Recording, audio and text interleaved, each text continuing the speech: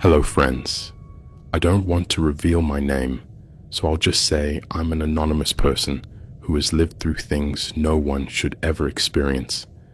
This story is something that happened to me several years ago, and though I've tried to bury it deep in my mind, it sometimes resurfaces in my nightmares like a dark memory that leaves me trembling in the darkness.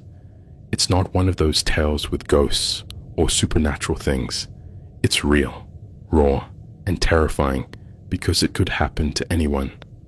It all began when I decided to leave my homeland, Mexico, in search of better job opportunities and a more stable life.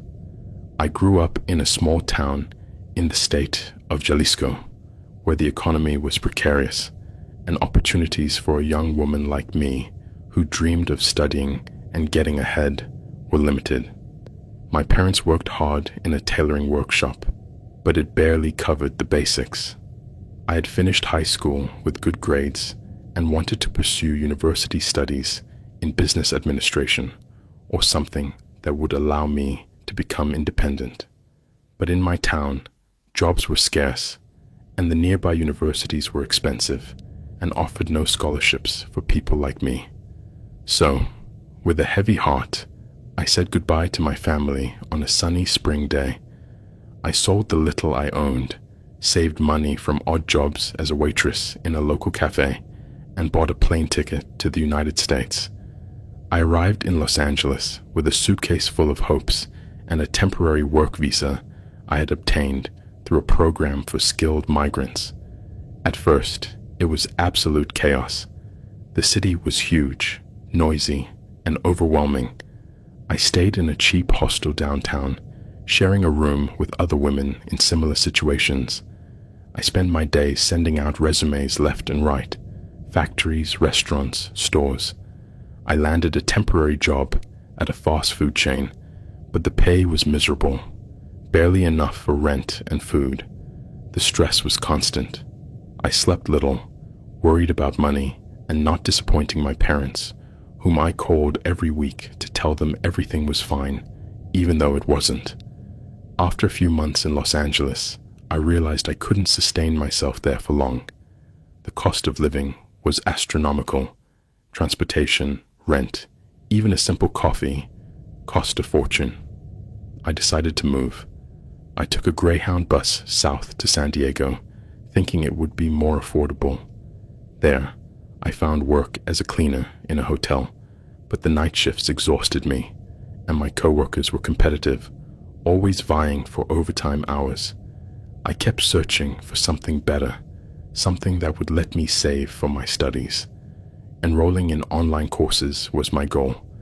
I had heard of platforms like Coursera or community colleges offering distance learning in English, and I had learned basic English in school, but I needed stability.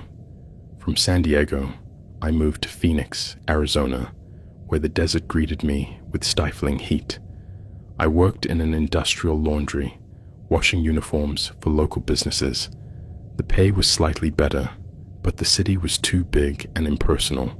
I felt lonely, missing family dinners and chats with my siblings.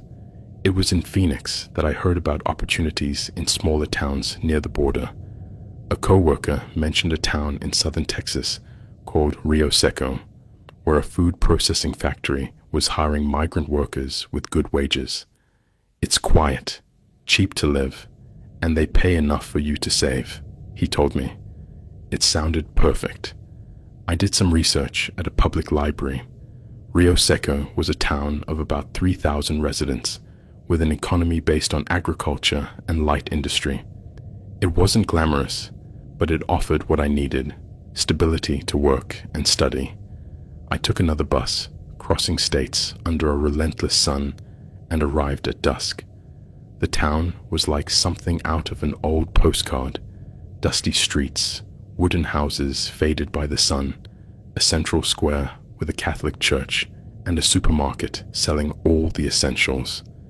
I rented a modest little house on the outskirts with one bedroom, a kitchen, and a bathroom for a ridiculously low price compared to the big cities. The landlord, an older man named Don Miguel, was also a migrant and gave me advice about the place. Keep to yourself and everything will be fine. The job at the factory was a blessing. They hired me as an operator on the packaging line, working 8-hour shifts with breaks for meals. The pay was generous, about $15 an hour, plus productivity bonuses. For the first time, I could send money to my family and save for my courses. I enrolled in an online business administration program at a Texas community college, studying at night with my used laptop. The routine was comforting, waking up at dawn, taking the bus to work, returning at dusk, eating something simple like tacos or soup, and then studying until midnight. My factory co-workers were mostly Latinos like me, and we formed a small support group. We shared lunches, told stories from our home countries, and helped each other with English. But I noticed something strange about the town. People were friendly on the surface. They greeted you on the street, offered help in the store, but there was an underlying silence, as if everyone was keeping secrets. I rarely saw police patrols, and when I asked about the police station, people looked at me warily. Better not get involved with that, a neighbor told me once, while hanging laundry. I thought it was just superstition or resentment toward authorities, common in migrant communities. Over time, I started to adapt. I went to Mass on Sundays to feel connected to my faith, bought fresh fruit at the local market, and even made a friend at the factory, a woman named Rosa, who invited me to her house to watch telenovelas. But the nights were lonely. My house was about 15 minutes walk from the bus stop, along a rural path flanked by dry cornfields and thorny bushes. I walked carefully, phone in hand, but there were never any issues until that fateful night.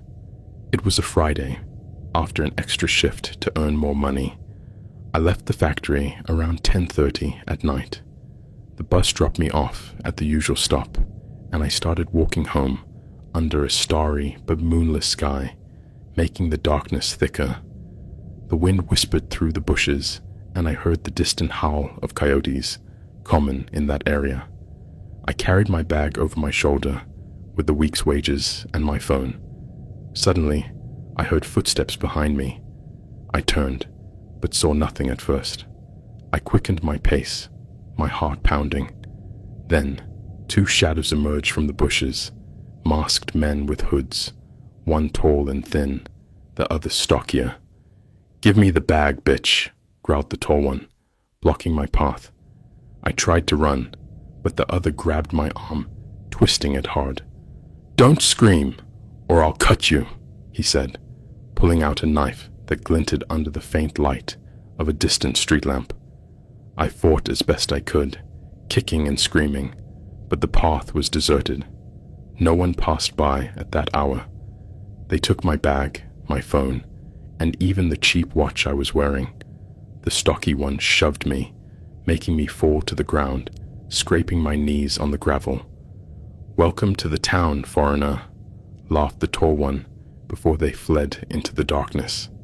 I stayed there, trembling, with tears in my eyes and my body aching. I managed to get up and limp home. Once inside, I locked the door and collapsed on the couch. I had no phone to call for help, so I waited until dawn, terrified they might return. The next day, Saturday, I gathered my courage and decided to go to the police station to report the robbery. I thought it was the right thing to do. In my home country, though the police weren't always reliable, they at least took the report. I walked to the town center, to a gray, run-down building with a faded sign that read, Rio Secco Police Department. Inside, the air smelled of stale cigarette smoke and burnt coffee. The receptionist, a woman of about 50 with a bored expression, had me fill out a form and wait on a hard bench. After half an hour, 2 officers called me to a back office.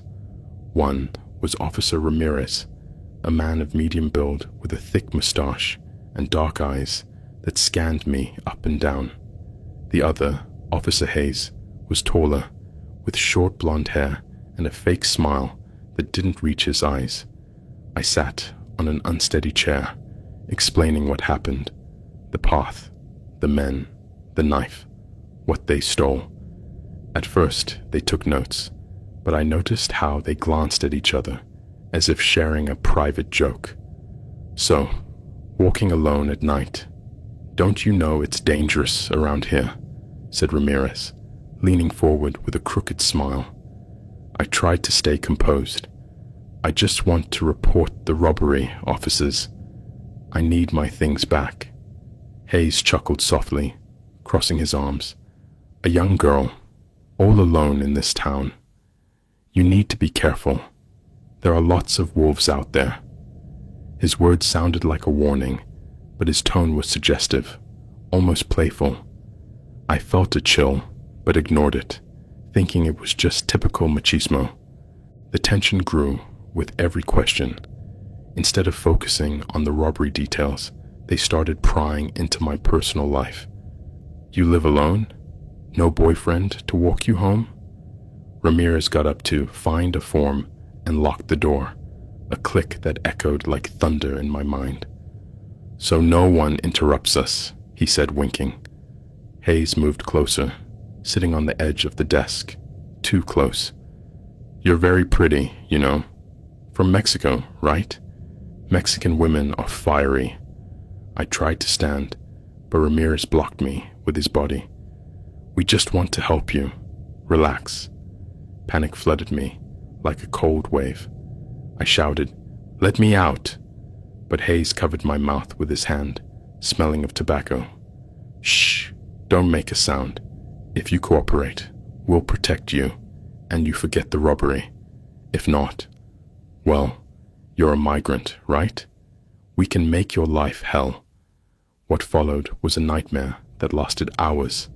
They pinned me against the desk, their rough hands exploring where they shouldn't.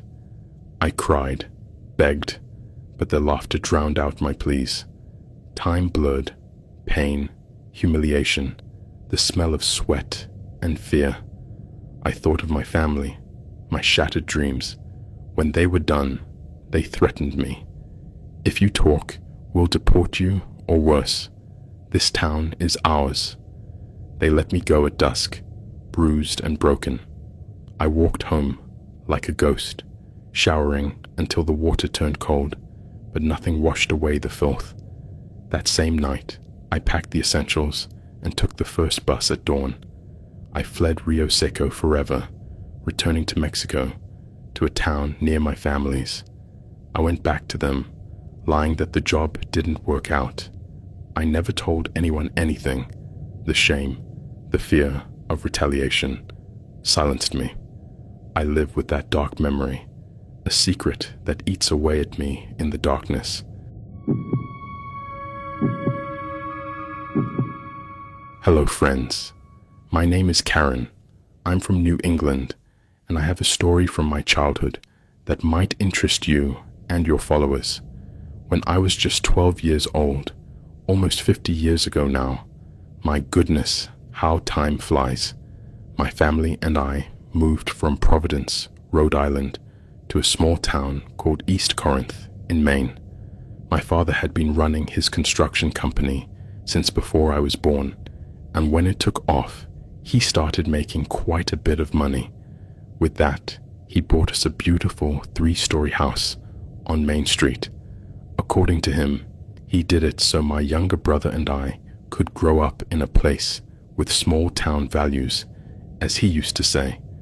But for us, it was like stepping into another world. We went from bustling Providence to a town with a single stop, where the biggest attraction was the Corinth Historical Society. Needless to say, my brother and I weren't thrilled at first, and my mother wasn't exactly excited either.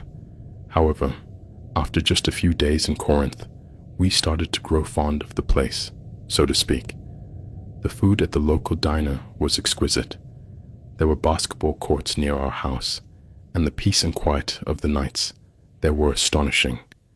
Everyone in town was very welcoming. The local pastor came to visit us the day we moved in. Our new neighbors left gift baskets, and when the weekend arrived, two girls from the house across the street, Jessie and Sammy, 14 and 12 years old respectively, knocked on our door to invite me to hang out with them. They took me to the basketball courts to show me where the kids gathered on weekends. There was a softball field, 2 basketball courts, and a tennis court, and then a large wall of trees with a forest behind it. Jessie and Sammy explained that everyone's parents were okay with us spending time there because they could watch us from the street, but we were never to venture beyond the forest, and there was a reason for that, a name, Alexander Bealmore. According to Jessie and Sammy, the Bealmores lived in the apartments on Manor Road, on the other side of the forest. Alexander, 15 years old, was the biggest bully in the entire county. His father was in jail, they said, and his mother was an alcoholic. Alexander's behavior at school was so terrible that he had been expelled from the school system at 12 years old. He used to fight with other boys, throw chairs at his teachers, and once, according to the stories, even tried to drown the class hamster by flushing it down the toilet. Fortunately, Alexander knew not to hang around our street or near the basketball courts, because whenever he did, the town councilor saw him from his office and threatened to call the sheriff. As a result, Alexander spent most of his time lurking in the woods near the Manor Road apartments, setting rabbit traps and lighting campfires. I appreciated the warning, but since Alexander didn't frequent the courts or go to school, I thought he wouldn't be a problem for me. I couldn't have been more wrong. During our first meeting, Jessie and Sammy gave me a general warning about the Bealmores. That Friday, they came across the street and asked if I wanted to go with them and other kids to the basketball courts. There, I received a second, more specific warning about Alexander. At the courts, a boy named Tyler told me that when Alexander found out a new family had moved to town, he was furious. Tyler also lived in the Manor Road apartments, but unlike Alexander, he wasn't a delinquent who broke, burned, or stole anything that wasn't nailed down. He used to come by on Friday and Saturday nights, often with stories about Alexander's misdeeds at the apartments. According to Tyler, Alexander harassed an elderly widower who lived on the ground floor, banging loudly on his door because he knew the man had a heart condition. He also tormented the neighbors' cats and dogs, and there was a rumor that he fed one a peanut butter and jelly sandwich with ground glass as a secret ingredient. That Friday night, to my absolute horror, I found out that Alexander's new target was my family. Tyler mentioned that Alexander was furious about our arrival and had been heard saying he was going to burn our house down. Jessie, Sammy, and other kids assured me that Alexander said things like that all the time, about almost everyone, but rarely followed through on his threats. I wish I could say that reassured me, but if Alexander was all talk and no action, how had he earned such a bad reputation? That night, after returning from the courts, I told my mother what I'd heard about Alexander threatening to burn our house down. She had also heard stories about the Bealmores from some neighbors who visited us.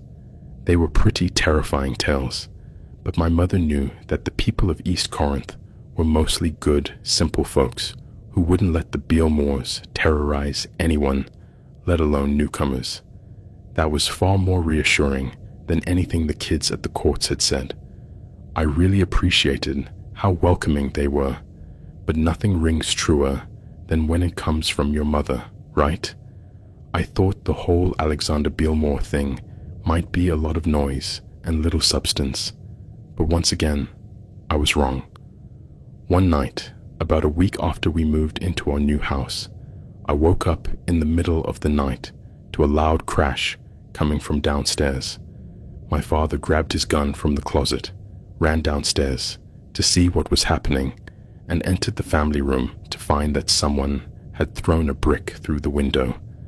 Tied to the brick was a note that simply said, "Get out." That was it.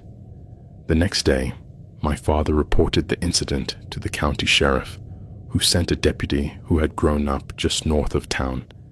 Deputy Daniels said he knew the Bealmores and would try to figure out where Alexander had been the previous night, but he also admitted it wouldn't be easy. As I mentioned, it was known in town that Alexander's father was in prison and wouldn't be back anytime soon. According to the deputy, Alexander's mother wasn't so much a sedentary drunk as a wandering one. She'd disappear for days, and if you managed to talk to her, there was no guarantee she'd remember the conversation the next time. Apparently, Alexander often ran away and slept in the woods when he was in trouble, and his mother was more concerned with chasing bottles and boyfriends than her own son. Finding him would be easier said than done, and even if he did find him, Deputy Daniels couldn't do anything without solid proof that Alexander had thrown the brick. The only good news the deputy had was that it was unlikely Alexander would try the same thing twice. He was an impulsive, malicious kid, not a methodical one, and if we held out a bit, he'd eventually get bored of us and move on to something else, he said.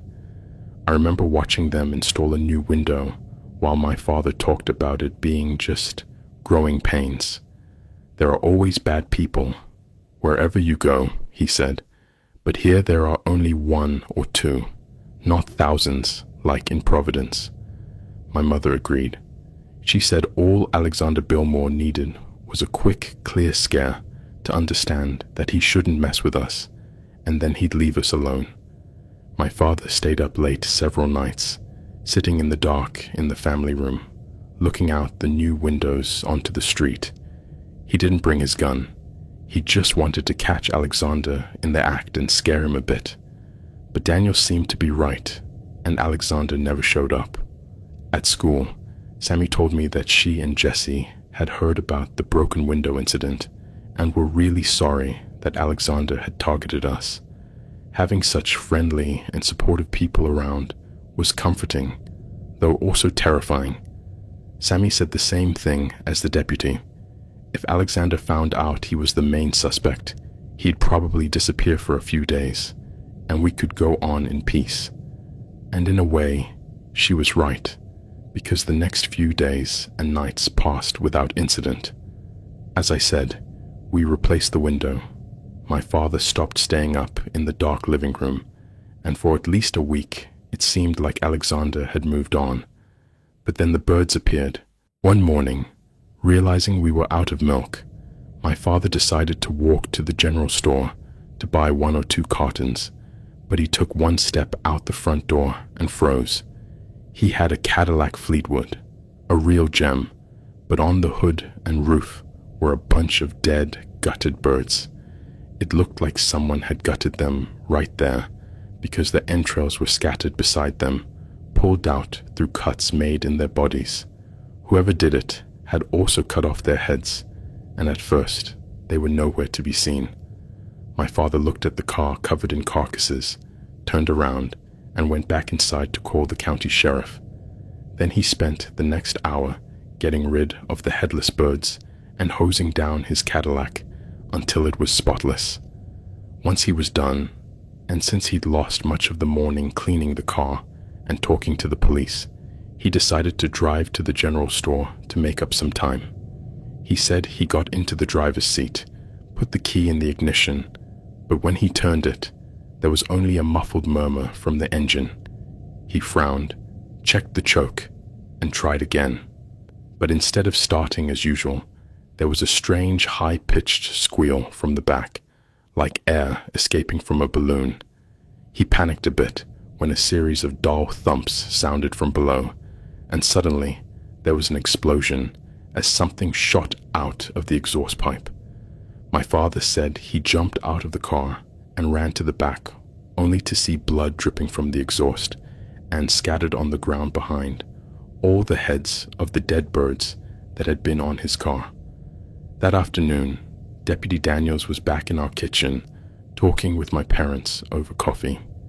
He recommended that my father keep the car in the garage from now on, and said that when he found Alexander Bilmore, they'd arrest him on suspicion of animal cruelty. A brick was a brick, but harming animals like that was exactly the kind of behavior people expected from Alexander, the troll, as some kids called him. He was probably hiding, Daniel said, especially after the bird incident. It was also very likely that Alexander was upset because we dared to call the sheriff and wanted to send us one last rude message before backing off for good. At least, that's what my parents wanted to believe. But it turned out to be just wishful thinking. About 2 weeks passed, and once again we assumed we were safe, when one morning someone started pounding on our door around 8 o'clock. My father went downstairs in slippers to see who it was, only to find the mailman, pale as a ghost, pointing at something on our doorstep. It was a plastic gas can and a box of matches, and the can actually had gasoline in it.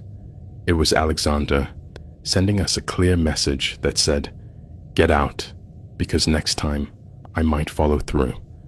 The appearance of that gas can marked the third time Deputy Daniels came to our house, but this time my parents weren't as patient or understanding as before. I clearly remember my father telling him to do his damn job, and that if he couldn't find a juvenile delinquent like Alexander Bilmore, he was in the wrong profession. To his credit, Daniels took my father's criticism in stride. He said he understood his frustration, but it was something most people in town had felt at some point. Alexander and his family were a dark cloud hanging over the town, and like all the other dark clouds that pass through Maine, and there are plenty, you learn to live with them. On the bright side, Alexander had never set fire to anything big, like a house. But, as you can probably imagine, that didn't reassure my father at all.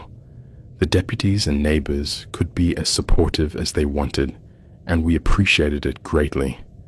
But they couldn't watch us all the time, and the night seemed to belong to Alexander. By the time the gas can and matches showed up, and my father was yelling at Daniels, I was starting to feel really, really distressed about all of this. After a month there, I genuinely liked living in East Corinth. I loved my new friends, and I was excited about starting high school there.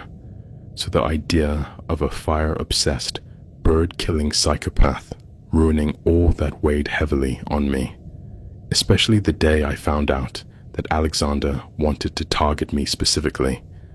It was a Friday at noon, and I was buying lunch in the school cafeteria when Tyler, from across the street, sat down next to Sammy and me. I knew immediately he had something to say. When he spoke, I felt my appetite vanish as a sense of dread washed over me. Tyler said he was riding his bike near the apartments when Alexander Bilmore jumped out of the bushes yelling at him to stop. Tyler knew he could outrun him if needed, so he stopped and asked what his problem was. Alexander asked if he was friends with the new girl, meaning me. When Tyler said yes, Alexander told him the new girl was, and I quote, dead meat. Since we hadn't gotten the message to leave town, Alexander was going to have to up the ante, and that meant targeting me. I was terrified. The only thing that kept me from falling into total panic was the encouragement from Sammy and Tyler. They promised that if I went out with them that night after school, they'd do everything they could to protect me from Alexander. Bullies like him only succeeded if they could isolate someone when there was no strength in numbers. If I stayed with them, Alexander couldn't touch me, and I'd be fine. What I felt in that cafeteria was one of the most bittersweet moments of my life. I had never been so afraid of someone, but I had also never experienced such kindness and acceptance. I was so grateful that I held back tears when I hugged Sammy and thanked her and her sister for making me feel welcome, introducing me to to my new group of friends, and, most importantly, protecting me from the town psychopath. That afternoon, when I got home from school, I told my mother everything Tyler and Sammy had said in the cafeteria. She said I was very lucky to have such kind friends, but if I saw Alexander that night, I should run home immediately so she and my father could call the sheriff. She didn't doubt that my new friends would be vigilant, even that they'd try to defend me if necessary.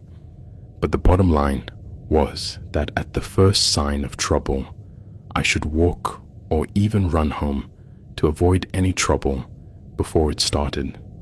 I remember suggesting that if a deputy or the counselor saw Alexander doing something violent, they could do something about it instead of beating around the bush and letting him wreak havoc. Sure, I might end up with some bruises and a black eye, but if that's what it took to get Alexander out of the picture, maybe it was worth it. My mother gave me a firm no to that idea and explained that violence in movies is very different from real life. Only in movies do people come out of fights with a split lip and a good story. In real life, a single punch could put one person on the ground and the other in jail for life. My mother wanted that Beale Moore kid punished, like everyone in town, but not at the cost of her only daughter. That afternoon, around 5:30, Jesse and Sammy came by our house, and we walked together to the basketball courts to hang out again. All the usual kids were there, playing basketball or riding bikes around the courts. Though I was tense at first, I soon started to relax as we fell into the usual rhythm. Maybe an hour later, I was really enjoying myself and had completely forgotten about the Alexander business when Tyler rode up on his bike from the fields, shouting, "Alexander's coming! Alexander's coming!" Everyone panicked for a second because an older boy, Ryan, started yelling that he was tired of running and that we should face him once and for all instead of going to the adults. I didn't like the sound of that, not after what my mother had said about avoiding violence. But most of the other kids jumped on board with what Ryan said, saying things like, "Yeah, let's get him." I couldn't believe what I was seeing. It was like something out of a movie. Beside me, Jesse and Sammy were saying, come on, let's make sure he leaves you alone." It was strange, but I thought about the broken window, the birds, the gas can. I got angry. I loved my new home, and I wasn't going to let some jerk ruin it. Ryan and the other boys started marching across the field, yelling that they were going to beat up Alexander Beale Moore. It was the bravest thing I'd ever seen. As I watched, I stood up and said to Jesse and Sammy, "Okay, let's go." They smiled and clapped, and after following me onto the field, we ran to catch up with the boys ahead. When we reached the tree line, we spread out a bit and started looking for this Alexander. We walked deeper and deeper into the forest, with the setting sun in the sky ahead of us. But since we were together, we weren't too scared. I remember stopping at one point and looking around. If Alexander Beale Moore was in those woods, he sure wasn't there anymore. I turned to Jessie, Sammy's older sister, and said something like, "Look, he's gone." But the way she looked at me was wrong. So wrong. Though I'd only known her for a few weeks, I'd never seen her make a face like that. It wasn't just her looking at me with cold eyes. It was everyone. I turned and realized they all started walking toward me. Then, right behind me, I heard Jessie say, "That's where you're wrong. Alexander Beale Moore is right here." I turned just in time for Jessie to shove me backward, making me fall to the ground as she shouted, "Here!" I fell on my butt, but the pain of her betrayal eclipsed any physical pain. I asked her what she was doing, but she didn't answer. Then I heard someone yell something awful about me from my right before someone kicked me in the head. I fell immediately, holding my head. Then they all pounced and started kicking me. Alexander Bealmore is right here, someone repeated, and the others laughed, but they didn't stop kicking me. All I could do was lie there, shielding my head from the blows as I felt their sneakers hitting my arms, ribs, back, and butt. I took it all until someone tried to stomp on my head. That's when I realized I had to move. I felt that if I didn't, they'd kill me. I managed to get to my knees before someone pushed me again. The stomping, kicking, and punching went on for a minute, until somehow I lunged forward and managed to get to my feet again. That time, I could run. They tried to knock me down by kicking my legs, but it didn't work, and I managed to speed up. The kids ran after me, and I remember looking over my shoulder, seeing them, and feeling a surge of adrenaline take over. I ran, and ran until I was back on my street, before realizing they weren't following me anymore. I looked back again, thinking, where the hell are Jesse and Sammy? They lived right across from me, so wherever they'd run, they hadn't gone home. But as I got closer to my house, I saw people gathered outside. When I saw who they were, my heart sank. It was my mother, one of the neighbors from across the street, and Jesse and Sammy. I was in such a state of shock that when my mother ran over to take me inside the house, I didn't say anything. I wanted to wash off the blood, get the dirt out of my mouth, and I didn't want to look at Jesse or Sammy a second longer than necessary. As my mother sat me down and got out the Band-Aids and antiseptic wipes, she kept saying, Alexander Bealmore is going to pay for this little one. You'll see. The only ones leaving this town will be him and his mother when they're taken to jail. I didn't know how to tell her right away. I didn't even cry at first. I just sat there, letting her clean the blood from my face and hands, like the calm before the storm. I was in shock. A few hours later, after crying until I had no tears left and taking a hot, long bath, I walked into the TV room and said straight out, Mom, it wasn't Alexander Bealmore who beat me up. It was the kids from the basketball courts. All of them. She was stunned. And if you hadn't guessed, Jesse and Sammy had run ahead of me to tell everyone that Alexander Bealmore had ambushed me after I ventured into the woods. So hearing something different, and that maybe there wasn't even an Alexander Bealmore, was an obvious shock to her. At first, she denied it, saying the neighbors had mentioned the Bealmores more than once.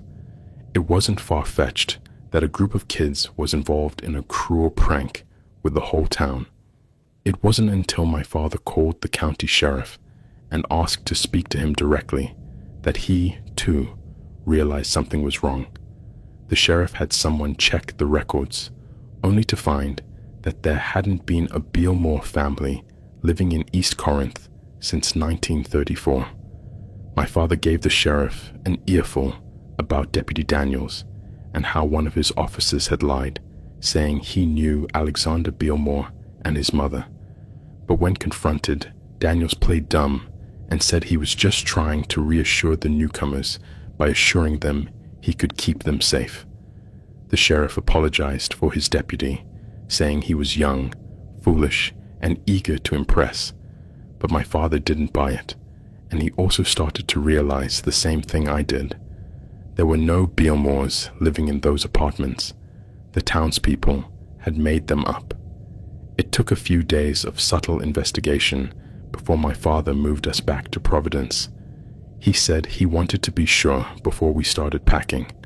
But when he was sure, when he drove down that road to ask around and confirmed the Bealmores were a fabrication, we left the town and never looked back. My father said he tried talking to the sheriff about it, explaining how the people of East Corinth had created the Bealmores as a way to terrorize each other and scare off outsiders. But the more he talked, the more it seemed like the sheriff thought he was crazy. The sheriff said he had spoken to the townspeople, the mayor, and the councilor, and not a single person mentioned anything about a Bealmore family. It was a shame what was happening to that new family, they said, but as much as they wanted to help, there was nothing they could do. Once my father realized how far the town's willingness to deceive us went, he decided to give up while he was ahead and just get us to a safe place as soon as possible. We moved back to Providence, checked into a hotel, and then lived in an apartment for a while until my father found a more permanent place. We rarely talked about East Corinth, but it's always there. I suppose no one wanted to remind themselves or each other that that move had happened, but it did, and there was no escaping it. Every now and then, I think about that area and why people acted the way they did. I guess the idea of the Bealmore family was something they used at first to blame for all their problems, and then, over time, the Bealmores became something they used to solve their problems, specifically the problem of newcomers and how to keep them out of their town forever.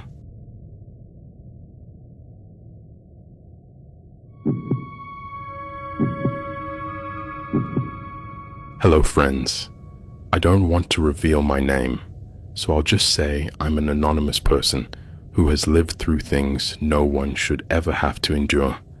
This story is something that happened to me several years ago, and though I've tried to bury it deep in my mind, it sometimes resurfaces in my nightmares like a shadowy memory that leaves me trembling in the darkness. It's not one of those tales with ghosts or supernatural things. It's real, raw, and terrifying because it could happen to anyone. It all began when I decided to leave my homeland, Mexico, in search of better job opportunities and a more stable life. I grew up in a small town in the state of Jalisco, where the economy was precarious, and the options for a young woman like me who dreamed of studying and advancing were limited. My parents worked hard in a tailoring workshop, but it barely covered the basics. I had finished high school with good grades and wanted to pursue university studies in business administration or something that would allow me to become independent. But in my town, jobs were scarce, and the nearby universities were expensive and offered no scholarships for people like me. Life back home was simple, but suffocating in its way. Our house was a modest 2-story building made of concrete blocks, painted a faded yellow that peeled under the relentless sun.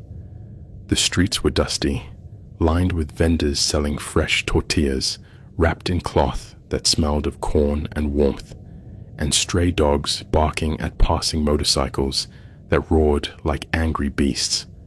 My mother would wake up at dawn, her hands calloused from sewing endless seams on old machines that clattered like broken clocks. She'd make breakfast huevos rancheros with salsa that burned your tongue just right, the eggs fried in oil that sizzled and popped.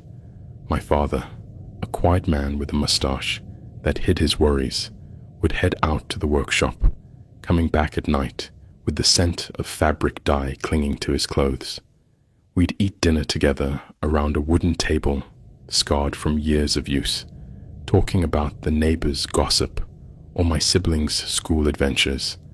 I had 2 younger brothers, full of energy, always kicking a soccer ball in the dirt yard behind the house, laughing as the sun set in a blaze of orange and pink over the hills.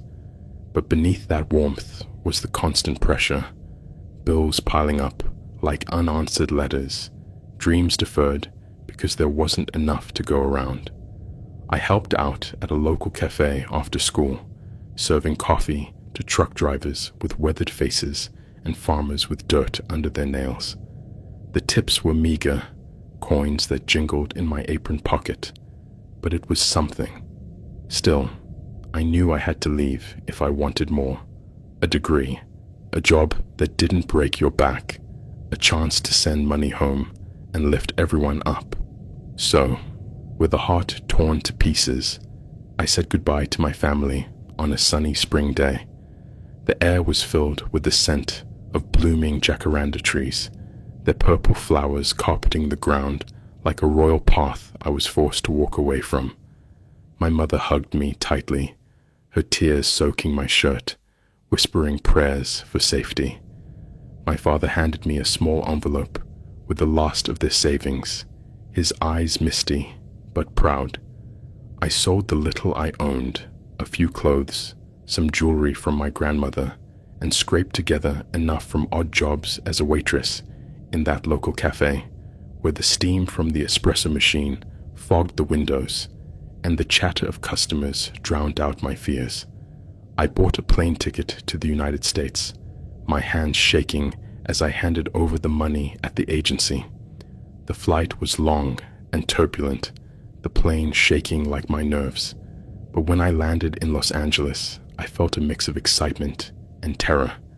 The airport was a whirlwind of voices in a dozen languages, suitcases rolling like thunder, and signs I could barely read. I had a temporary work visa obtained through a program for skilled migrants, though my skills were basic at best, and a suitcase full of hopes, packed with folded clothes that smelled of home and a photo of my family tucked in the side pocket. At first, it was absolute chaos. The city was enormous, noisy, and overwhelming, with skyscrapers piercing the sky like giants and cars honking in endless traffic jams that stretched like rivers of metal. I stayed in a cheap hostel downtown, sharing a room with other women in similar situations, migrants from Central America, Asia, even Europe, all chasing the same dream. The bunk beds creaked under our weight, and the shared bathroom smelled of cheap soap and desperation.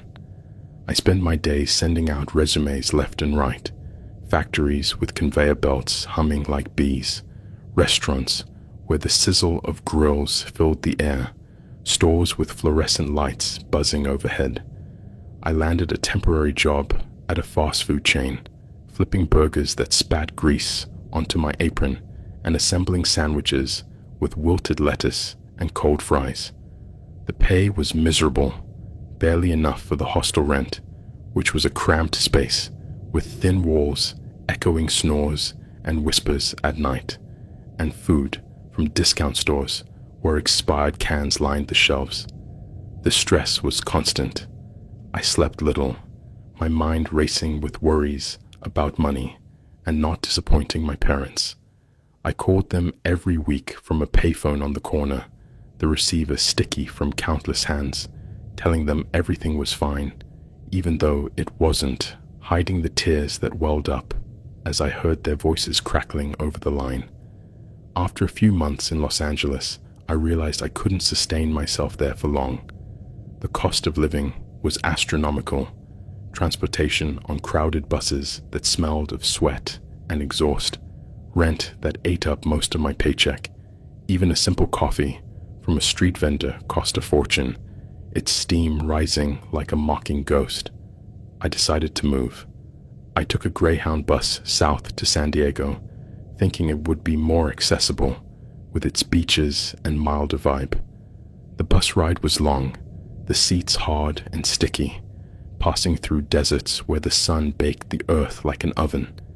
In San Diego, I found work as a cleaner in a hotel, mopping floors that gleamed under fluorescent lights and changing sheets that smelled of strangers' perfumes and sweat. But the night shifts exhausted me, my body aching from bending and scrubbing, and my co-workers were competitive, always vying for overtime hours that paid just a bit extra. The hotel lobby was fancy, with chandeliers sparkling like stars, but behind the scenes, it was grime and gossip. I made a few acquaintances, other cleaners from El Salvador and Guatemala, sharing stories over lukewarm coffee in the break room, but the loneliness lingered, like the echo of waves crashing on the nearby beach I rarely visited. I kept searching for something better, something that would let me save for my studies. Enrolling in online courses was my goal. I had heard of platforms like Coursera or community colleges offering distance learning in English, and I had learned basic English in school, practicing with tourists at the cafe back home. But I needed stability, a routine that didn't leave me drained. From San Diego, I moved to Phoenix, Arizona, where the desert greeted me with stifling heat that made the air shimmer like a mirage. The bus station was hot and dusty, with fans whirring overhead, but doing little to cool the sweat on my skin. I worked in an industrial laundry, washing uniforms for local businesses, endless loads of fabric that smelled of oil and sweat, the machines rumbling like thunder. The pay was a little better, enough to afford a tiny room in a shared house with peeling wallpaper and a kitchen where cockroaches scuttled at night. But the city was too big and impersonal. The skyscrapers loomed like indifferent giants, and the traffic roared endlessly. I felt lonely, missing family dinners where laughter filled the air, and the taste of my mother's mole sauce lingered on my tongue, or chats with my brothers about their school pranks. It was in Phoenix that I heard about opportunities in smaller towns near the border. A coworker, a burly man with tattoos peeking from his sleeves, mentioned a town in southern Texas called Rio Secco, where a food processing factory was hiring migrant workers with good wages. It's quiet, cheap to live, and they pay enough for you to save, he told me over lunch, his sandwich crumbs falling onto the plastic table. It sounded perfect, away from the chaos of big cities, a place to breathe and build. I did some research at a public library, the cool air conditioning a relief from the outside heat, computers humming softly as I typed. Rio Secco was a town of about 3,000 residents, with an economy based on agriculture and light industry. Farms stretched like green patches under the sun, and the factory processed canned goods that filled shelves across the state. It wasn't glamorous, no beaches or nightlife, but it offered what I needed: stability to work and study, without the crushing costs of urban life. I took another bus, crossing states under a relentless sun that baked the landscape into shades of brown and gold. The ride was bumpy, the seats worn and sticky, passengers dozing or staring out windows at endless highways. I arrived at dusk, the sky painted in hues of purple and orange, the air cooling as the sun dipped below the horizon. The town was like something out of an old postcard: dusty streets where pickup trucks rumbled by, wooden houses faded by the sun with porches where people sat in rocking chairs, a central square with a Catholic church whose bells tolled softly, and a supermarket selling all the essentials: fresh produce from local farms, canned beans that reminded me of home, and cheap sodas fizzing in glass bottles. I rented a modest little house on the outskirts, a one-bedroom place with a tiny kitchen where the stove hissed when lit, and a bathroom with a shower that dripped like a leaky faucet. The rent was ridiculously low compared to the big cities, leaving me room to breathe financially. The landlord, an older man named Don Miguel with wrinkled skin and a kind smile, was also a migrant from Guatemala. He gave me advice about the place. "Keep to your own affairs and everything will be fine," he said, handing me the keys that jingled like a promise. The job at the factory was a blessing, a turning point after months of struggle.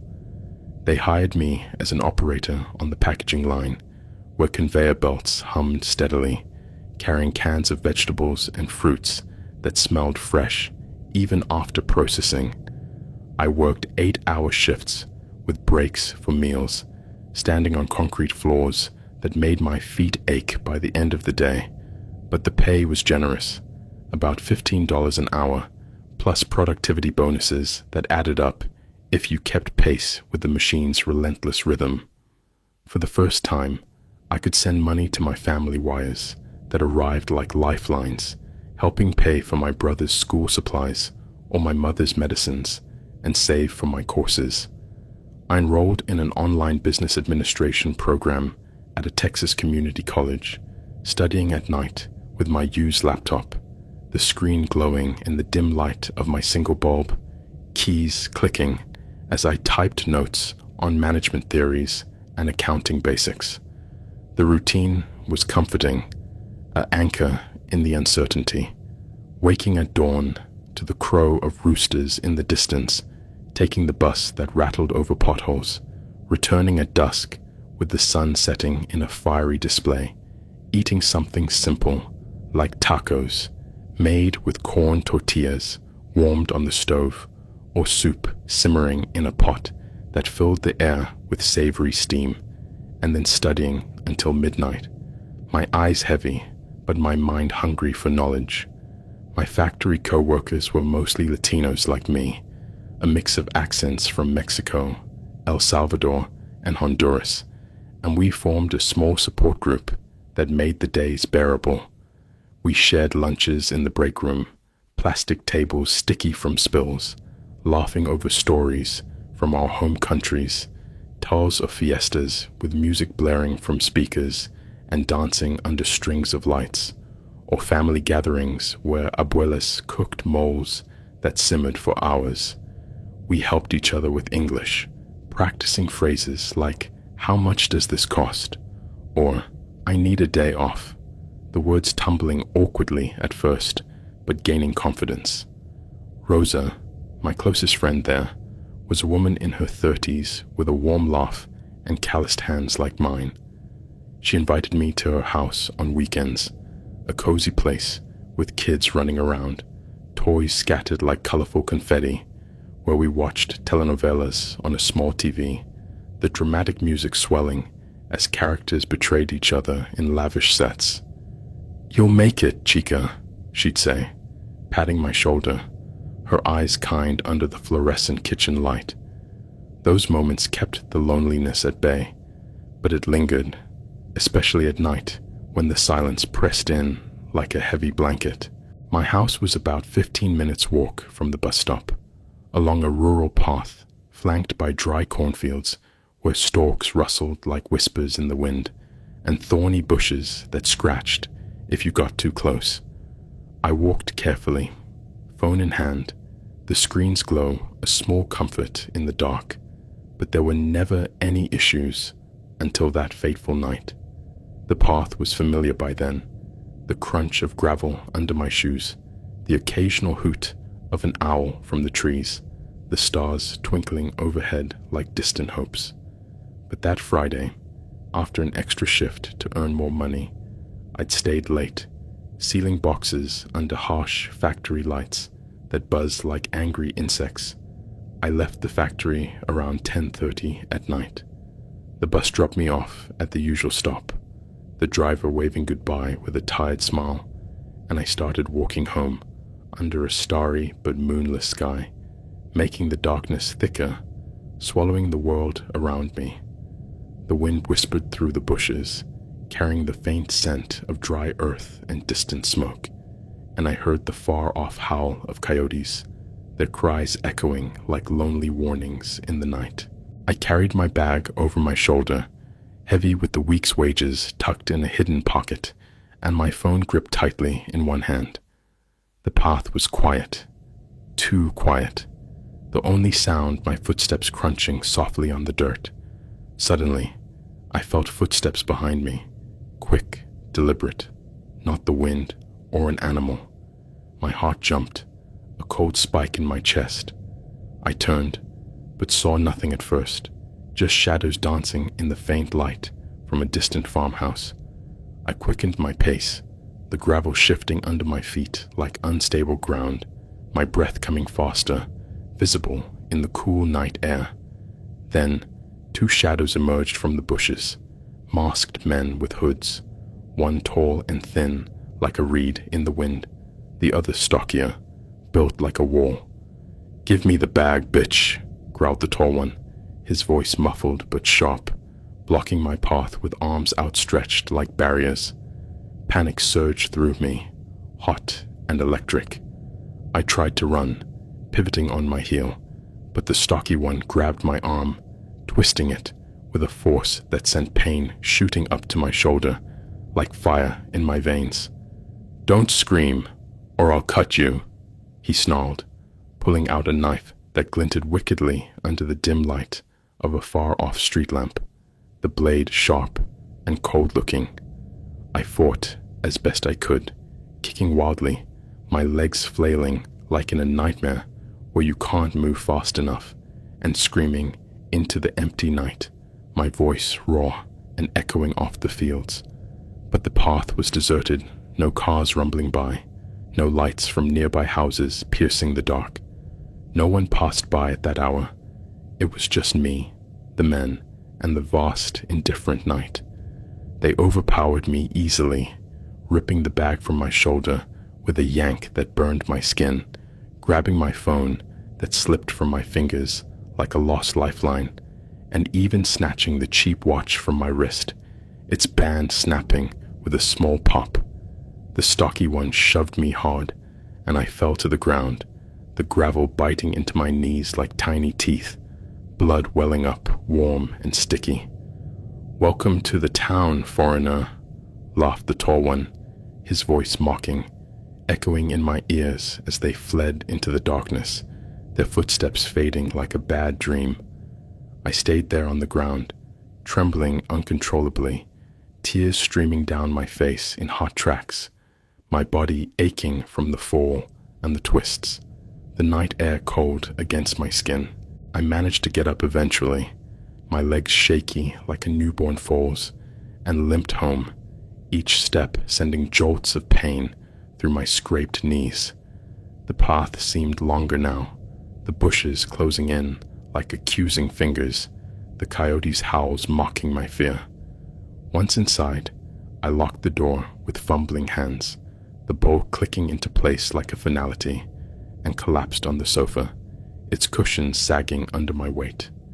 I had no phone to call for help, no way to reach out, so I waited until dawn, huddled in a blanket that smelled of laundry detergent, terrified they might return, every creak of the house sounding like footsteps at the door. The hours dragged, the clock ticking slowly on the wall, shadows lengthening and shortening as the night wore on. When morning light finally filtered through the curtains, pale and gray, I gathered my courage, my body stiff and sore, and decided to go to the police station to report the robbery. I thought it was the right thing to do.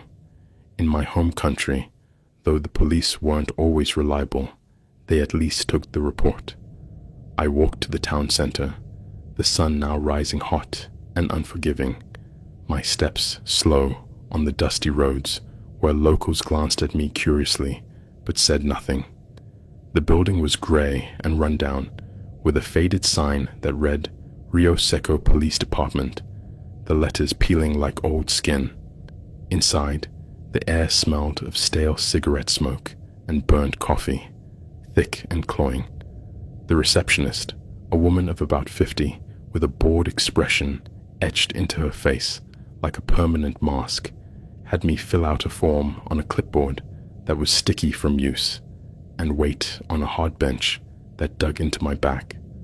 The waiting area was dim, with posters on the walls warning about drunk driving, their colors faded from years of neglect.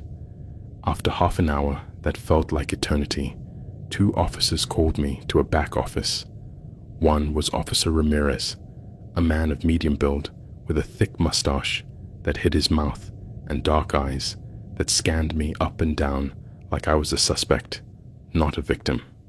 The other, Officer Hayes, was taller, with short blonde hair and a fake smile that didn't reach his eyes, cold and calculating. I sat on an unsteady chair that wobbled under me, explaining what happened, the path with its thorny bushes and dark shadows, the men in masks emerging like phantoms, the knife glinting menacingly, what they stole, my bag with the hard-earned wages, my phone that connected me to home, the watch a cheap trinket from a street vendor. At first, they took notes on yellow pads, pens scratching like nails on a chalkboard, but I noticed how they glanced at each other, sharing a private joke that made my skin crawl. "So, walking alone at night, don't you know it's dangerous around here?" said Ramirez, leaning forward with a crooked smile that twisted his mustache.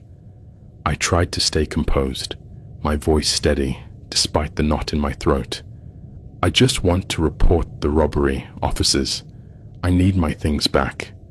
Hayes chuckled softly, crossing his arms over his chest. "A young girl, all alone in this town. You need to be careful. There are lots of wolves out there." His words sounded like a warning, but his tone was suggestive, almost playful, sending a chill down my spine that had nothing to do with the air conditioning humming in the background. I felt a shiver, but ignored it, thinking it was just typical machismo, the kind I'd encountered before in male-dominated places. The tension grew with every question, building like a storm cloud in the small, stuffy room that smelled of old files and sweat. Instead of focusing on the robbery details, the knife's gleam, the men's hooded faces, they started prying into my personal life. "You live alone? No boyfriend to walk you home?" Their voices were casual, but their eyes lingered too long, making me shift in the chair. Ramirez got up to find a form and lock the door, the click echoing like thunder in my mind, sealing us in. "So, no one interrupts us," he said, winking with an eye that crinkled at the corners. Hayes moved closer, perching on the edge of the desk, his knee brushing mine too close for comfort. "You're very pretty, you know. From Mexico, right? Mexican women are fiery." His breath was hot on my face, smelling of coffee and mint gum. I tried to stand, my legs wobbly, but Ramirez blocked me with his body, his bulk filling the space like a wall. "We just want to help you. Relax." Panic flooded me like a cold wave crashing over rocks, my heart pounding so loud I thought they could hear it. I shouted, "Let me out!" my voice breaking, but Hayes clamped his hand over my mouth, the palm rough and smelling of tobacco. "Shh! Don't make a sound. If you cooperate, we'll protect you, and you forget the robbery. If not, well, you're a migrant, right? We can make your life hell." His eyes gleamed with something dark, a promise of power misused. What followed was a nightmare that lasted hours, time stretching like taffy in the dim light of the office, the clock on the wall ticking slowly, as if mocking me. They pinned me against the desk, its edge digging into my back, their rough hands exploring where they had no right, tearing at clothes and dignity. I cried, begged in whispers and screams muffled by hands, but their laughter drowned out my pleas, echoing off the walls like cruel echoes. The time blurred into a haze of pain, humiliation, the smell of sweat and fear thick in the air, mixing with the stale office odor. Thoughts raced through my mind, my family's faces, smiling in photos back home, my dreams of a better life shattering like glass underfoot.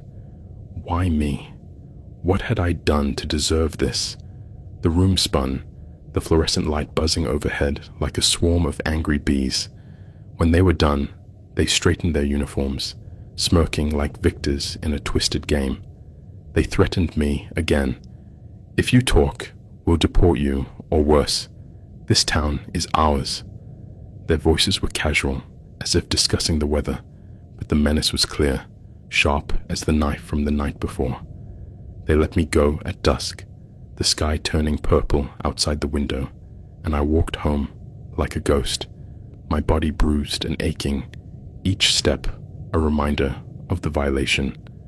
The streets were empty, the town lights flickering on like false beacons. I got home, the door creaking as I pushed it open and headed straight to the shower, turning the water as hot as it would go, steam filling the small bathroom like fog. I scrubbed until my skin was red and raw, the soap suds swirling down the drain like my tears, but nothing washed away the filth. the invisible stains that clung to my soul. That same night, as the moon rose pale and indifferent, I packed the essentials clothes, folded hastily, a few photos of my family that brought fresh tears, some saved money hidden in a sock. I couldn't stay. The town felt like a trap now, its quiet streets hiding horrors. I took the first bus at dawn, the engine rumbling to life as the sky lightened, leaving Rio Secco behind forever. The ride was long, the scenery blurring past the window deserts, giving way to hills, cities flashing by like forgotten dreams. I returned to Mexico, to a town neighboring my family's, where the air smelled of familiar earth and cooking fires. I went back to them, lying that the job hadn't worked out, my voice steady, but my eyes avoiding theirs. I never told anyone anything. The shame burned like acid, the terror of retaliation, a constant shadow. I live with that dark memory, a secret that gnaws at me in the darkness, whispering in quiet moments, a reminder that the world can turn cruel in an instant. I never thought this story would end like this. It all started as a simple online conversation, like any other. It was a few years ago, when I was 23 years old.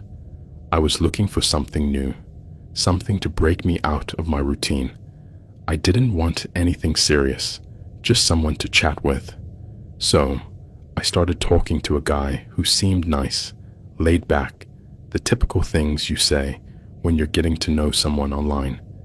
He was a normal guy, or so I thought. We talked about everything, from movies to music, to those deep thoughts you sometimes have when you feel really connected to someone. We chatted for a couple of weeks, and things seemed to be going well.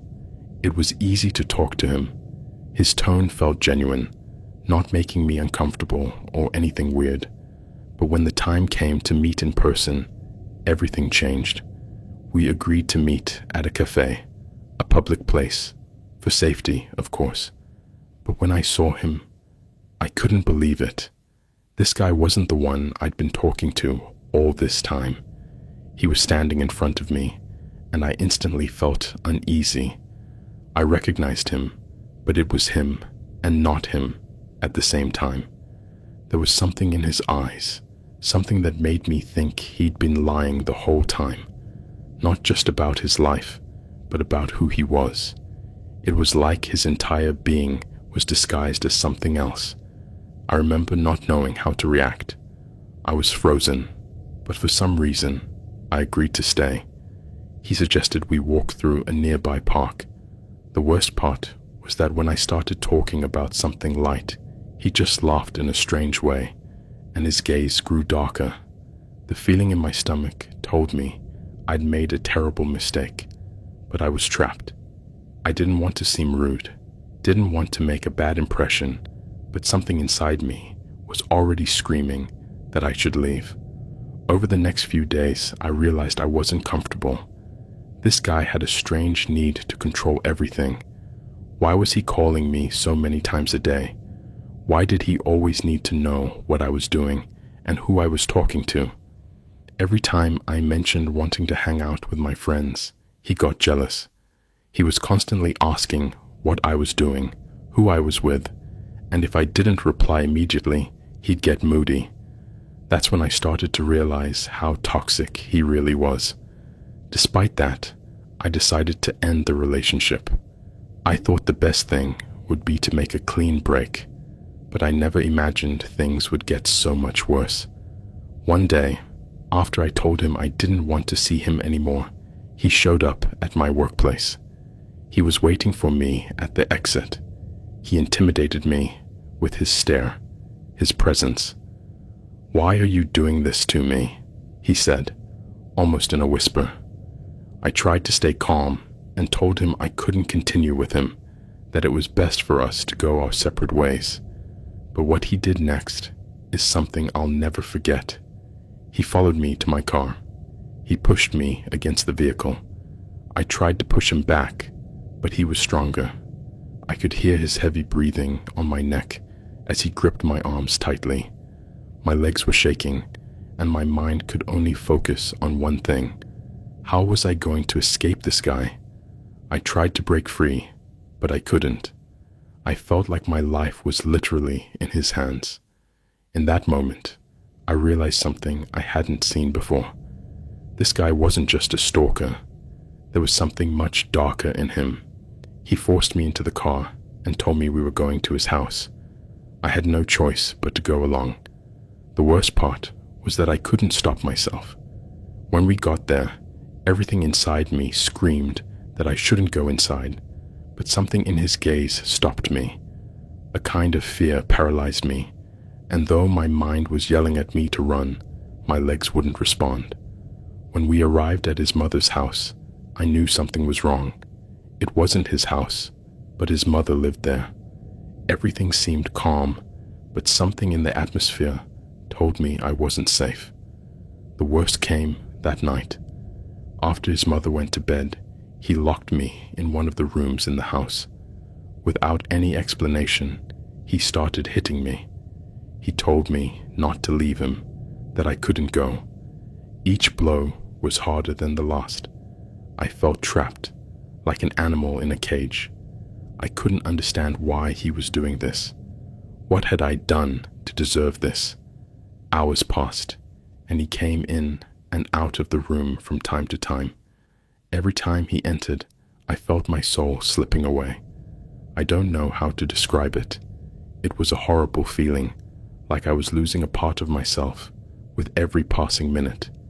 He said things to me that I can't even repeat, things I don't want to remember. It all felt like a bad dream, but it was real. No one could hear me. No one could help me. I felt more alone than I ever thought possible. In that moment, I knew my life was in danger. If I didn't do something, I don't know what would have happened. Then, in a moment of his carelessness, I managed to find my phone. Without hesitation, I dialed my father's number. I told him everything that was happening, my voice breaking, crying uncontrollably. I knew he had to get there fast, that I couldn't wait. I don't know how much time passed, but when I heard my father's voice at the doorstep, my heart leapt. In that moment, I knew everything would be okay, but I wasn't prepared for what happened next. My father, in a burst of desperation, reacted the only way he could. He confronted my ex. Things spiraled out of control quickly. My ex wasn't willing to back down, but my father didn't stop. In a tragic turn of events, my ex was killed that night. What no one knew was that my father would be arrested for what happened. Though he had acted in self-defense, the authorities didn't see it that way. He was unjustly charged, and now he's serving a sentence he doesn't deserve. This all feels like a nightmare I can't wake up from. What happened to me was horrific, but knowing that my father is paying the price for protecting me tears me apart. Justice isn't always just, and in this case, my father is paying the price for saving me. And now, every time I think about that night, anguish consumes me. Sometimes I wonder if things could have been different, if maybe I had done something else. My life wouldn't be what it is now. But the only thing I know is that I can't let fear control my life. And though I don't have all the answers, I know at least that my father did it out of love. I'll never forget what happened, and I'll never stop fighting for the truth.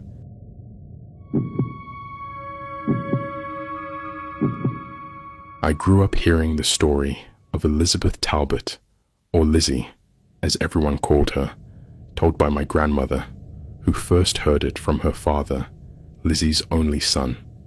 It's a tale that has been passed down through our family for nearly 100 years, shared at kitchen tables and on porch swings, always carrying a quiet weight.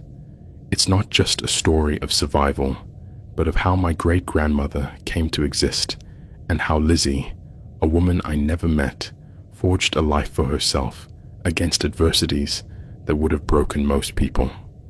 I've pieced it together over the years, filling in the gaps with learned and imagined details. So, as I recall it, this is the story of poor Lizzie Talbot. In 1899, Lizzie, at 22 years old, lived just outside Chattanooga, Tennessee, in a small wooden house with a tin roof that rattled every time the wind blew hard. That spring, she had married Henry Higgins, a broad-shouldered man with a contagious laugh who worked at the sawmill by the river. They weren't rich by any means, but they had enough. A small garden out back, a couple of chickens, and a bed they shared under a quilt Lizzie's mother had sewn. I picture her standing by the stove, stirring a pot of beans, as Henry came home from work, his heavy boots clomping on the floorboards, his clothes smelling of sawdust and sweat. They were happy, with a bright future full of family love ahead of them. But one afternoon, in the summer of 1900, everything changed. Henry was at the sawmill, hauling logs, when a chain suddenly snapped, and a load of timber crashed down on him. One of the beams struck his head, splitting it open. His co-workers carried him to the doctor on a stretcher, blood soaking the bandage they'd wrapped around his skull. The doctor said he'd do what he could, but made no promises. Lizzie sat by her husband's side for days, wiping his forehead with a damp cloth while praying he'd wake up. He finally did, but the man who opened his eyes wasn't the one she had married. The doctors said he would heal, that the swelling would go down, but they didn't warn her about the rest, about how the injury had broken something deeper than bone. At first, Lizzie noticed only subtle changes in her husband, but over time, they became stark. He yelled at her over small things, like burnt biscuits or a chair out of place. When Lizzie angered him, Henry's hands would clench into fists, and he'd pace the house like a caged dog, barking about her failings. He started drinking heavily, going to taverns or saloons until the early hours. Then there were nights he didn't come home at all. Lizzie would stay awake, listening to the crickets outside, wondering where Henry was. When he finally stumbled in, reeking of whiskey and cheap perfume, he'd pin her against the wall by the throat if she asked too many questions. One night, he grabbed her by the hair, yanked her head back with wild, empty eyes and said, "You don't owe me nothing, woman." His breath burned her face. She clawed at his hands, gasping, until he let go and stormed out. That was the first time she locked the bedroom door, her heart pounding as if it wanted to escape her ribcage. Lizzie prayed hard for things to get better, for her husband's mind to heal, but over time, it only got worse. To her horror, Henry started robbing people like a common bandit. First drunks stumbling out of saloons, then shopkeepers on the edge of town when they closed up at night. Word spread fast. Henry Higgins was no longer just a mean drunk. He was outright dangerous. He'd come home with bloody knuckles and a sack of stolen goods, laughing like it was all a game. Townsfolk also whispered about the women he'd been seen with, girls from the rough side of town who took a man's money without asking his name. Lizzie heard it all, each story cutting deeper than the last. She remembered living with a man she loved, and now she lived with a stranger who terrified her. The breaking point came on a cold, dark night in the winter of 1901. Henry burst through the door, his coat torn, his face smeared with dirt. He was drunk, had been in a fight, and was furious, foaming at the mouth. "Where's the damn supper, woman?" he roared, kicking a chair. Lizzie tried to calm him, but at the mere suggestion that her husband might be the cause of his own troubles, he lunged at her. Henry grabbed her by the hair and slammed her head against the wall. Pain exploded behind her eyes before she crumpled to the floor. She looked up to see Henry looming over her, his heavy boots inches from her face. For a moment, she thought he'd kill her. He didn't. Henry just spat on the floor beside his bleeding wife and slammed the door as he left the room. Lizzie said she lay there, tasting blood, and realized she had to run. She didn't have much, just a few dresses, a shawl, and a handful of coins she'd hidden in a tin under the bed. She waited until dawn, when Henry would be passed out somewhere, and slipped out the back of the house. She walked until her feet blistered and bled, hitching rides on wagons and begging scraps from strangers. She didn't care where she was going. She just needed to be far from Henry.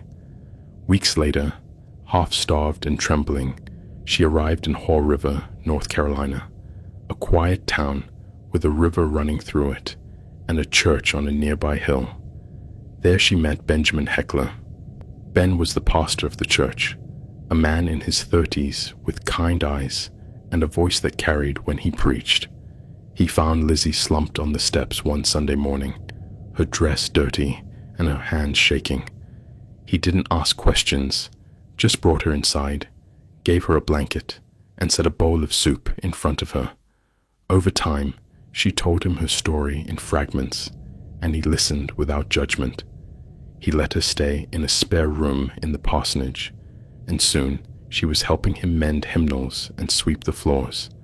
They grew close, closer than either intended, and for a while, they both tried to ignore what was growing between them. But Lizzie was still married, and Benjamin wouldn't cross that line. "I can't be that man," he told her once, his voice firm but gentle, and she understood, though it hurt. So she waited and fought. She wrote letters to lawyers, secured affidavits from people in Chattanooga, and tracked down witnesses who swore Henry had beaten her and betrayed their vows. It took years, but finally, in the spring of 1902, a judge granted Lizzie an annulment, declaring her marriage to Henry null and void. She was free. That summer, Lizzie and Benjamin married in the church where they'd met. It was a small wedding, just a few townsfolk, a wooden cross on the wall, and vows they spoke with every word heavy with meaning. A year later, in 1903, she gave birth to a boy named Samuel. He was a quiet baby, with his father's dark hair and his mother's bright blue eyes. For a time, life was good. They had a small house by the river with a porch where Lizzie would sit and watch Samuel play in the yard. Benjamin would come home from the church, kiss her forehead, and they'd eat dinner together. It was their little slice of heaven. But in the fall of 1905, tragedy struck. I picture Lizzie in the kitchen when she heard the horses, the sound of hoofs pounding the earth, growing louder until they stopped just outside her house. She wiped her hands on her apron and went to the window to pull back the curtains. There were 6 men, maybe 7, all on horseback, their faces shadowed by wide-brimmed hats. One of them dismounted, his boots hitting the ground, and then Lizzie heard his voice, rough and familiar, like a knife scraped over stone. "Lizzie, you in there, woman?" Hearing her name, her stomach turned. She'd never forgotten that voice, the way it could shift from a laugh to a growl in a heartbeat. It was her ex-husband, Henry Higgins. Lizzie stepped back from the window, her hands shaking so badly she knocked a plate off the table. It shattered on the floor, and little Samuel started crying in the next room. The men outside laughed, and Henry shouted again, "Come on out, woman. I've been looking for you." The door rattled as someone pounded on it, and Lizzie froze. She could hear the jingle of spurs, the creak of leather, the low murmur of the group. They weren't there to talk. They were there to take her, or worse. Her mind flashed back to Chattanooga, to the nights she cowered under Henry's fists. And now he was here, with men who'd shoot first and ask questions later. The walls seemed to close in, her chest tightening until she could barely breathe. Suddenly, her current husband burst into the room. Benjamin's face was pale but resolute. He grabbed a shotgun from the corner, the one he kept for hunting, and took cover near a window. "Lizzie," he said, his voice low and urgent, "take Samuel, and, when I say, run out the back door." She started to protest, but he cut her off. "Wait till you hear the shot. They'll be distracted. Then run, and don't look back." Lizzie nodded, tears burning her eyes, and scooped Samuel from his crib. The boy whimpered, clinging to her neck, and she crept to the back door to wait for her husband's signal. Benjamin propped the shotgun, pulling the curtains just enough to aim. Outside, Henry was pacing. "You can't hide forever, Lizzie." He fired a pistol into the air, the crack splitting the night. Benjamin looked at her, his eyes steady despite the fear in them. "I love you, Lizzie," he said, and then he pulled the trigger. The shotgun roared, the glass shattered, and Henry Higgins dropped dead. The group shouted, guns firing wildly, as Lizzie bolted out the back door. She ran as fast as she could, her baby bouncing in her arms, her bare feet pounding the cold ground. She didn't stop to see if Benjamin was alive. She couldn't. There was no time. She just kept running through the trees, toward the river, until the sounds of gunfire behind her faded. With nothing but her son and the clothes on her back, she headed north, traveling on foot and with the kindness of strangers, until she reached Richmond, Virginia. It was a much bigger city than Haw River, a place where she and her son could disappear. She found work sewing in a factory, rented a small room above a bakery, and made sure her young son got an education. Samuel grew up there, a boy who never knew his father but carried the same quiet strength. Lizzie raised him alone, telling him stories of Benjamin's courage and how he had saved both their lives. Elizabeth Talbot passed away peacefully in her sleep in 1940. Samuel was a grown man by then, with a family of his own, and when he was ready, he passed the story to my grandmother, who told it to me when I was a child, sitting on her lap. It's been nearly 100 years since that night in Haw River, and everyone involved has long since passed. But the story of Lizzie's fear, Benjamin's sacrifice, and the life they built before it all fell apart will live on forever. Sometimes I think of her running through the dark with my great-grandfather in her arms, and I wonder where she found the will to keep going. Maybe it was love, maybe just stubbornness. Either way, that's why I'm here now, writing this, keeping her story alive for another generation.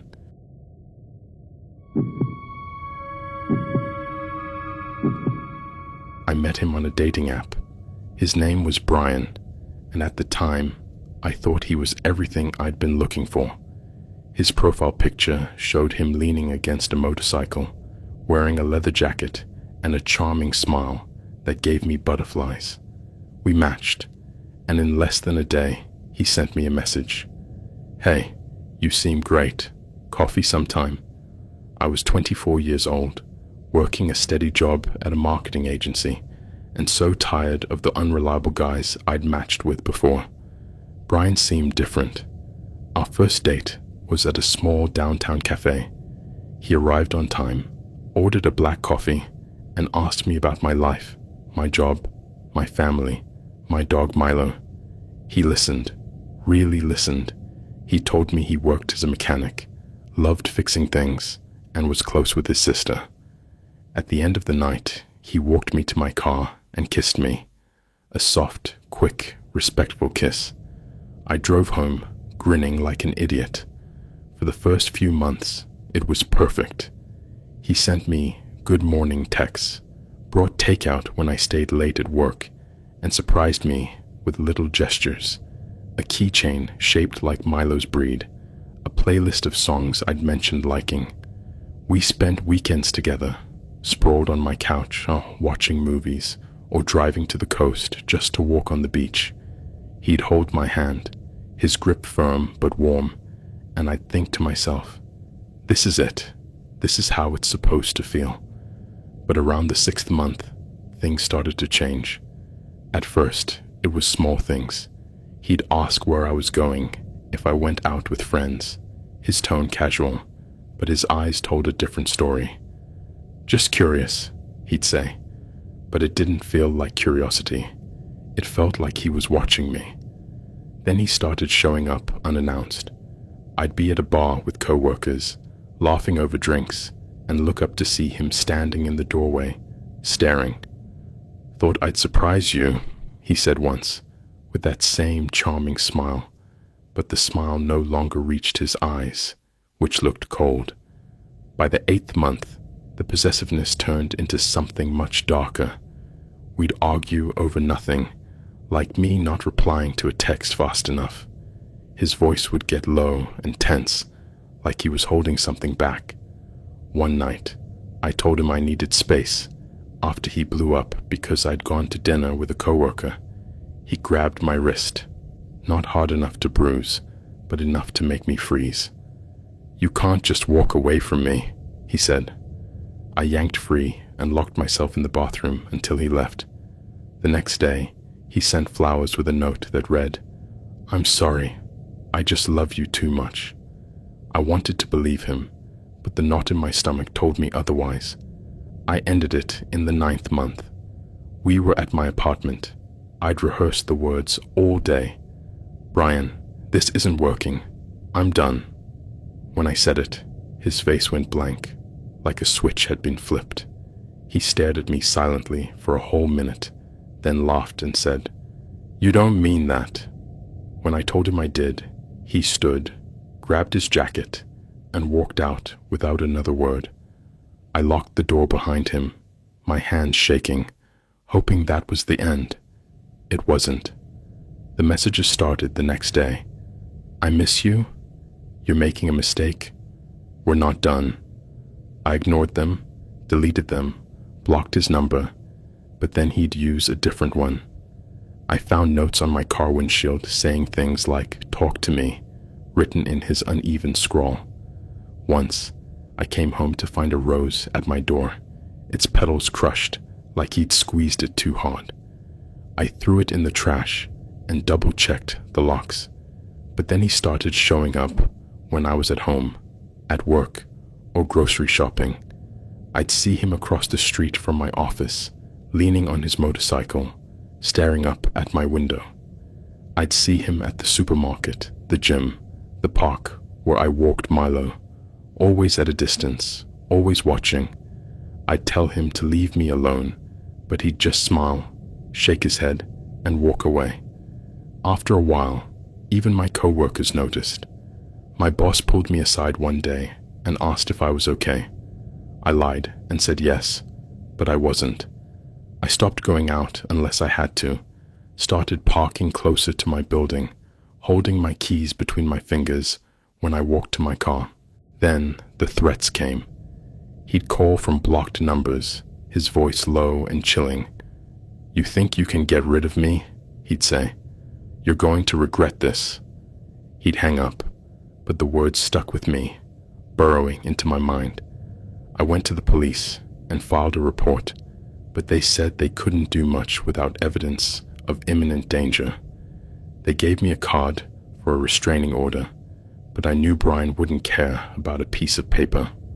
I bought pepper spray, started sleeping with a baseball bat by my bed, and told my mother everything. She lived an hour away, a retired nurse with a no-nonsense attitude, and she begged me to move in with her. I said no. I wasn't going to let him drive me out of my life. I tried to carry on like nothing was wrong, went to work, walked my dog, kept my head down. The threats kept coming, but I got good at ignoring them and pretending I wasn't scared, at least until that phone call. It was a Tuesday afternoon, and I was at my desk when my phone buzzed with an unrecognized number. I answered, thinking it was a client. It was Brian. His voice was different, colder, like he was planning every word. "Killing you wouldn't be punishment enough," he said. "You need to suffer like you made me suffer.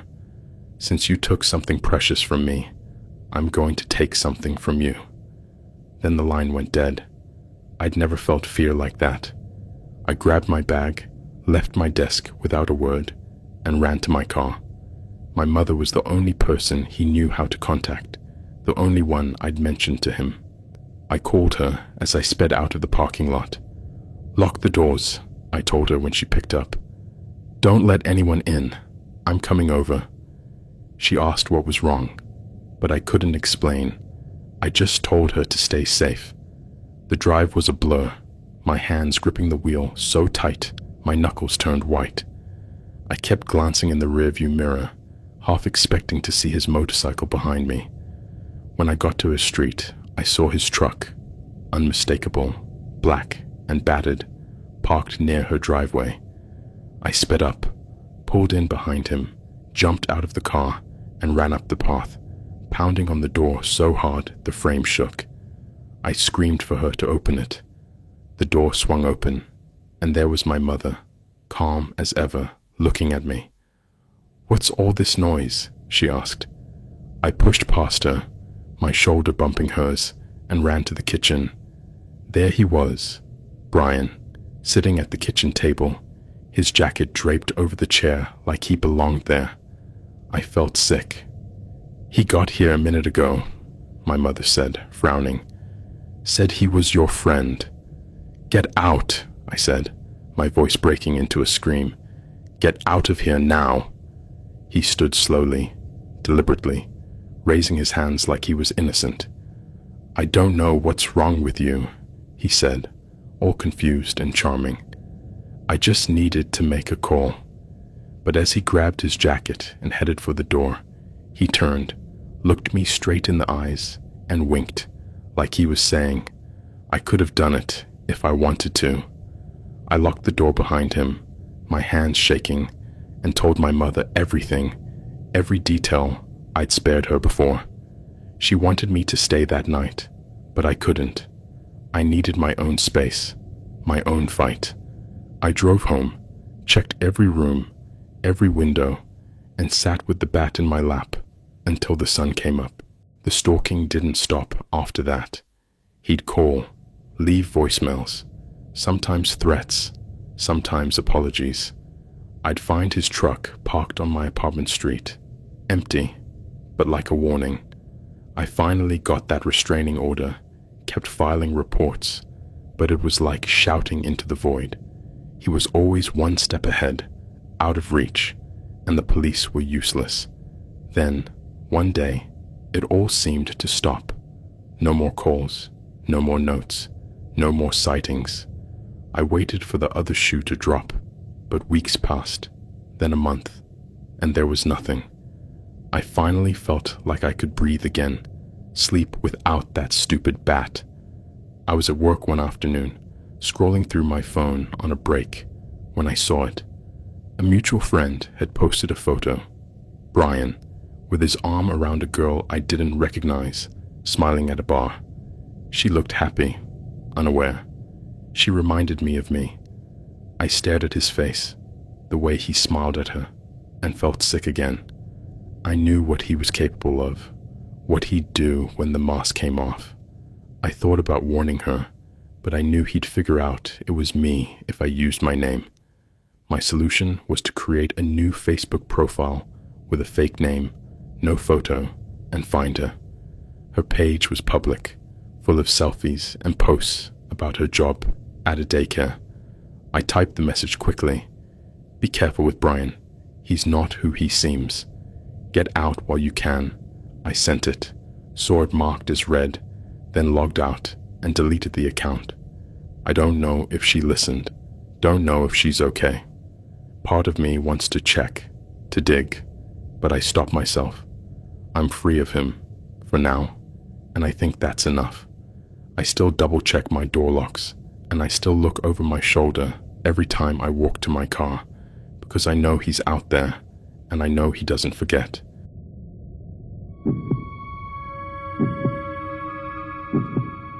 I remember it was a Tuesday night, nearly 10 years ago, when my phone lit up with the text message that changed my life. It was just past 9 in the evening, and I was sprawled on the couch, watching some TV when I got a message notification from an unknown number. Curious, I grabbed my phone and felt a slight jolt of adrenaline when I saw who it was from.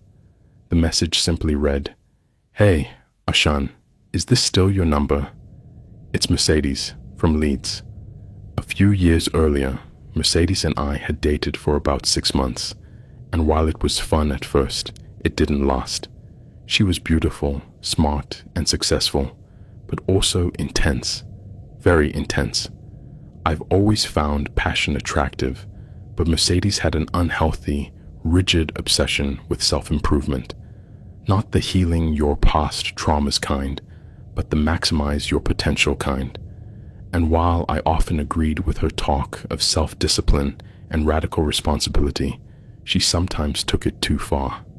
The best example, I think, was her reaction when I gave a few pounds to a homeless man while we were on a date. We'd both had a few drinks, and it was freezing outside, so I gave him some coins to get a tea or something. Mercedes didn't say anything at first, but when I asked why she was giving me the cold shoulder, she launched into a rant about how pathetic homeless people were, how they needed to learn to help themselves, and how I was an idiot for giving him money because he'd just spent it on booze or drugs. It was just a few pounds for a coffee on a cold night, and I know she was a bit drunk, but I thought Mercedes overreacted to what was an innocent gesture of kindness. I guess that was the beginning of the end, and as her work schedule got busier in the weeks that followed, we started to drift apart. She was the one who ended things, and while I'll admit I was upset for a few days, I soon realized I was better off without her. I deleted her number, moved on with my life, and jumped back into dating when I felt ready. But a string of failures turned into a major dry spell, and by the time Mercedes texted me, I hadn't had a date in nearly 8 months. I remember staring at my phone screen, reading Mercedes' message over and over, my thumb frozen over the keys, when suddenly I heard a voice in my head. Not literally, of course. I'm not crazy. It was just me telling myself, "Don't do it. I know it's tempting, but don't do it, mate." Mercedes wasn't exactly bad news, but she was always a lot to handle, and I'd feel like a proper idiot if I made the same bloody mistake again. Still, my love life was a complete mess, and as curiosity pulled me in, I found myself drafting a reply. I wrote something and rewrote it about 4 or 5 times until it sounded as neutral and nonchalant as possible. "Hey, good to hear from you. What's up?" Her response came within minutes. "I'll be honest," she wrote. "I didn't give us a real shot the first time. I wasn't ready for a relationship, but I am now. I think about you a lot. Those months were some of the best I've had with anyone. If you're not interested, I get it, but the offer's there." I must have read it 3 or 4 times to make sure I wasn't misreading. I even double-checked that it said Mercedes in her original message, because this didn't sound like her at all. The Mercedes I knew was aloof, preoccupied, head in her work, and 1 foot out the door. This was raw, honest, a little vulnerable too, and it floored me. I thought about it for a minute or two, and the more I did, the more I felt myself warming to the idea. See, she wasn't wrong. Those first months with her had been phenomenal, and half my frustration came from her not putting in any effort when we had great chemistry.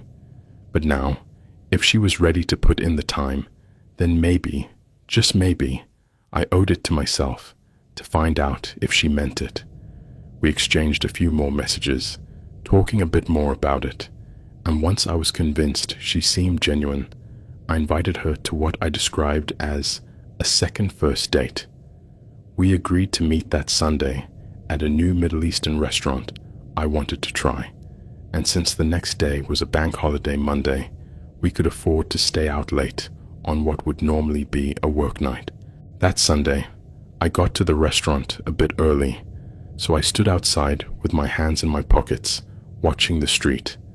It was early May, so it wasn't too cold in just a shirt and jeans, and I was happy to wait outside until Mercedes showed up. But 5 minutes passed, then 10, and when 15 minutes had gone by, I started thinking she'd changed her mind. I checked my phone and saw no texts or missed calls from her. I felt a mix of relief and annoyance as I thought, classic Mercedes, big promises, but doesn't follow through. But just as I was about to text her, she appeared, hurrying around the corner, her heels clicking against the pavement. She looked stunning. When we dated, she was brunette, but now her sandy blonde hair was swept back, and she wore a black dress that fit her like it was tailored. She'd always been slim, hitting the gym 3 times a week when we were together, but now she looked like a fitness instructor, sculpted, strong, defined. As she approached, she apologized for being late, mentioned her Pilates class had run over, and ended with, "You look good." I must have blushed at that, probably because of how she looked too, but her compliment did me in. I thanked her, and she gave me a small, satisfied smile. Then we went inside the restaurant, and I felt like I'd won the lottery. Dinner was even better than I'd hoped. The kitchen might have been halal, but the bar wasn't, and our Iranian waiter gave us such good service that we polished off 3 bottles of wine by the time dessert menus arrived. Mercedes was different too. She laughed more, listened when I spoke, and asked questions like she actually cared.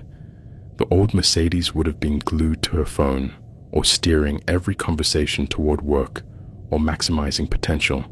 But that Sunday night, she mentioned work only once and stopped herself immediately, saying something like, "No, none of that. No work talk. Just us." And I liked that Mercedes. I liked her a lot. If this was how she was going to approach dating, I was all in. We shared 6 small plates, 2 mains, and a dessert, and finished the 3rd bottle of wine as the place emptied out. When the bill came, it was £190, not including the tip, but considering how amazing the night had been, it felt worth it. Mercedes reached for her purse, but then paused. "I have a confession," she said. I grinned and said, "Don't tell me it's the old forgot my purse trick, is it?" She didn't laugh and replied, "No, it's not that. It's something else." The mood shifted suddenly. I leaned back in my chair and waited for her to speak. She seemed to take a big gulp of air and went on. When Mercedes decided she was ready to date again, she tried apps. She met a guy who seemed great, but after a few weeks, he changed. He got jealous, controlling, and it wasn't long before she feared physical abuse. She explained she'd ended it a few months ago, but he wouldn't leave her alone. In recent weeks, he'd been showing up outside her apartment at night. "Sometimes I see him across the street, just standing there," she said. "And lately, it's gotten worse." I'm scared I told her how sorry I was and asked if she'd contacted the police. She had, but since the guy hadn't broken any laws, they couldn't do anything. After explaining, Mercedes hesitated, then looked at me and said, "Would you come to my place? Just for a drink, just to make sure he's not waiting. I'd feel better with you there. I should have said no." Even with all that wine in my head, the warning voice was back, louder this time, screaming at me to walk away. But Mercedes looked genuinely scared, so I thought it'd be pretty callous to ditch her and head home. Plus, I'll admit, I wasn't entirely ready for the night to end, and a few more drinks at her place sounded perfect. After I agreed, Mercedes gave me a relieved smile, and then we called a cab. We asked the waiter if we could wait inside, and since we'd spent nearly £200, he gave us some leeway. About 10 minutes later, a large vehicle pulled up, a plain van with tinted windows. As we stepped out, the driver opened the larger sliding door with a smile, saying the big vehicle was the only one available, but promised not to charge extra for the size. I thanked him for the consideration, followed Mercedes into the middle seat, and he slid the door shut behind us. We kept chatting as the driver started the van. I remember how Mercedes leaned into me as we talked about trivial stuff, her arm brushing mine. I let it happen, feeling the familiar thrill of a date gone well. I was relaxed, but excited at the same time, the wine smoothing everything over. And then I heard it, a sound from the back seat, a soft shuffle, like someone moving. I turned my head, but before I could see anything, something clamped around my neck and pulled so hard it dug into my skin. I grabbed at whatever it was, my fingers clawing, my lungs frozen, my vision swimming and then blurring. Everything went black. I woke up coughing, my throat burning. I tried to speak, but realized I had a rag in my mouth that tasted of oil and sweat. I tried to open my eyes, but couldn't. A blindfold pressed against them, tied so tight, it dug into my temples. I tried to move my arms and legs, but my wrists and ankles were bound with plastic zip ties that cut into my circulation. Panic flooded me. I thrashed and kicked, trying to scream through the gag, but a low, rough voice, from behind me I think, said, "Move again, and you're dead." I kept fighting, jerking my shoulders and twisting my wrists until the ties felt like they were slicing my skin. Suddenly, the pressure around my throat came back. I gasped for air, but nothing filled my lungs. White sparks flashed in the darkness behind my blindfold as Mercedes' voice cut through the background noise. "Stop fighting, Sean," she said. "Calm down. It'll hurt less if you just let it happen." Her words hit me like a punch to the gut. My brain stalled, refusing to connect the dots for a second before it finally sank in. Mercedes. Mercedes was doing this to me. I stopped struggling, not because I wanted to, but because if I had any chance of surviving, I had to wait and think. I slumped in the seat, breathing hard through my nose, listening. The van was still moving, every bump jarring my spine, every turn churning my stomach. I tried to count the minutes, to listen for anything that might give me a clue about who had taken me or where they were taking me, but fear clouded my mind. My hands went numb from the tight ties, and the gag kept me from swallowing properly, making saliva pool in my throat and choke me every now and then. Mercedes didn't say another word. Nobody did. There was just the low hum of the engine, the outside traffic, and the occasional sound of the man behind me clearing his throat. When the van stopped, the door beside me slid open with a bang. Two pairs of gloved hands yanked me out of the seat. They dragged me, my bare feet scraping against gravel that dug into my soles. I stumbled, but they didn't let me fall. Two, maybe three men kept dragging me. The gravel turned to grass, then I heard branches snapping. The air changed, feeling damp and heavy. It smelled of pine, dirt, and a faint trace of smoke. My legs shook, but the men kept dragging me. One of them had his thumb dug into the flesh, just above my collarbone. Some kind of pain point pressure I've heard about, but God, I didn't know anything could hurt that much. They dragged me for 10 or 15 minutes. Then we stopped. Grass brushed my feet again, and an absolute silence filled the air. No breeze, no birds, just the sound of my own ragged breathing. I stood still for a few moments, and suddenly they started lifting me into the air. My stomach dropped as I went up. Then I felt wood under my feet as they set me on some kind of platform. It creaked under my weight as they pushed me against a post, rough and splintered, and tied me with ropes that scraped my skin. Then came the knives. I felt cold metal sliding against my chest, and I started screaming against the gag again. I thought they were going to cut my heart out or something, but suddenly I heard the sound of fabric tearing as they cut my shirt off. My jeans were next, and I felt a cold sting that made me flinch when a blade nicked my thigh. They didn't stop until I was completely naked, and I could feel the night air on nearly every inch of my skin. Then I heard the sound of something being stacked below me, like wood shifting and piling, heavy objects hitting the ground as the men grunted and strained. Next, they took off the gag and the blindfold. My eyes watered, adjusting to the bright light of lit torches. That's when I saw where I was. My knees buckled. I was in some kind of clearing, one that seemed deep in the woods. To my absolute horror, I saw I was surrounded by a crowd of robed, hooded figures, their faces hidden behind smooth, featureless masks, like blank slates. Some held torches, the flames flickering and crackling, casting jagged shadows among the trees. The men who dragged me seemed to be wearing tactical gear, black uniforms, masks, and guns holstered at their hips as they piled wood beneath the platform. Suddenly, one of them stepped forward, holding a large canister.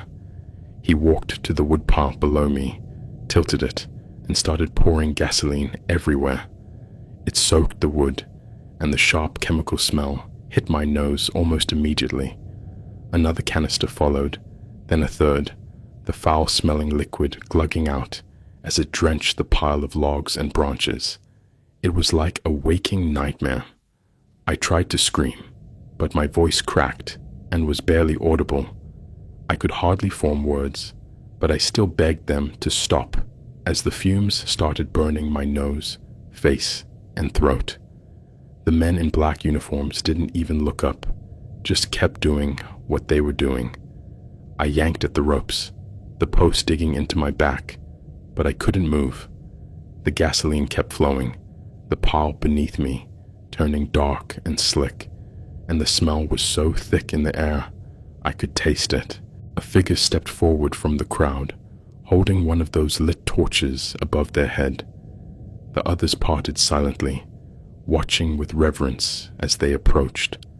They wore a hood like the rest, but their mask was different, dark, almost slate-colored, and unlike the others, it was decorated with strange pale symbols I didn't recognize.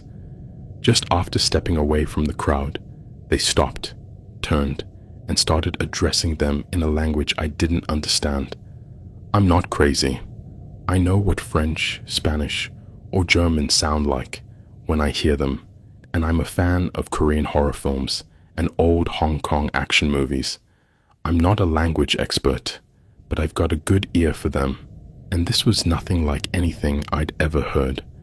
The words came out sharp and rhythmic, and every now and then the crowd responded with short, barking chants that echoed through the trees.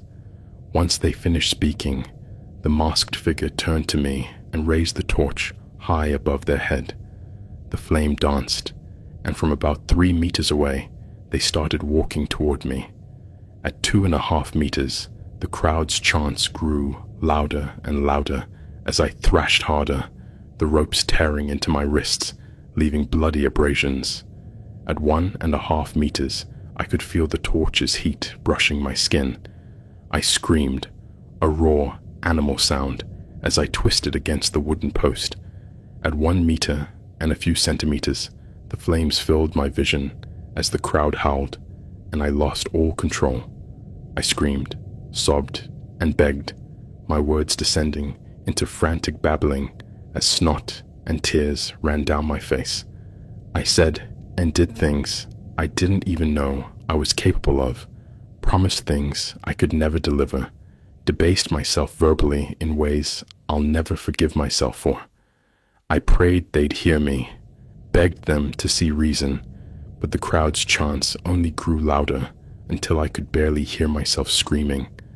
I watched in horror as the masked figure closed the gap between us, slowly lowering the torch until it was just a meter or so from the gasoline-soaked pile. A few more seconds, and I'd be engulfed in flames, choking on smoke, feeling my skin blister and blacken. But just when it seemed the figure was about to drop the torch onto the pile, they raised it back into the air, and the crowd behind them fell silent. I froze, staring at the lit torch as the figure took a few steps back.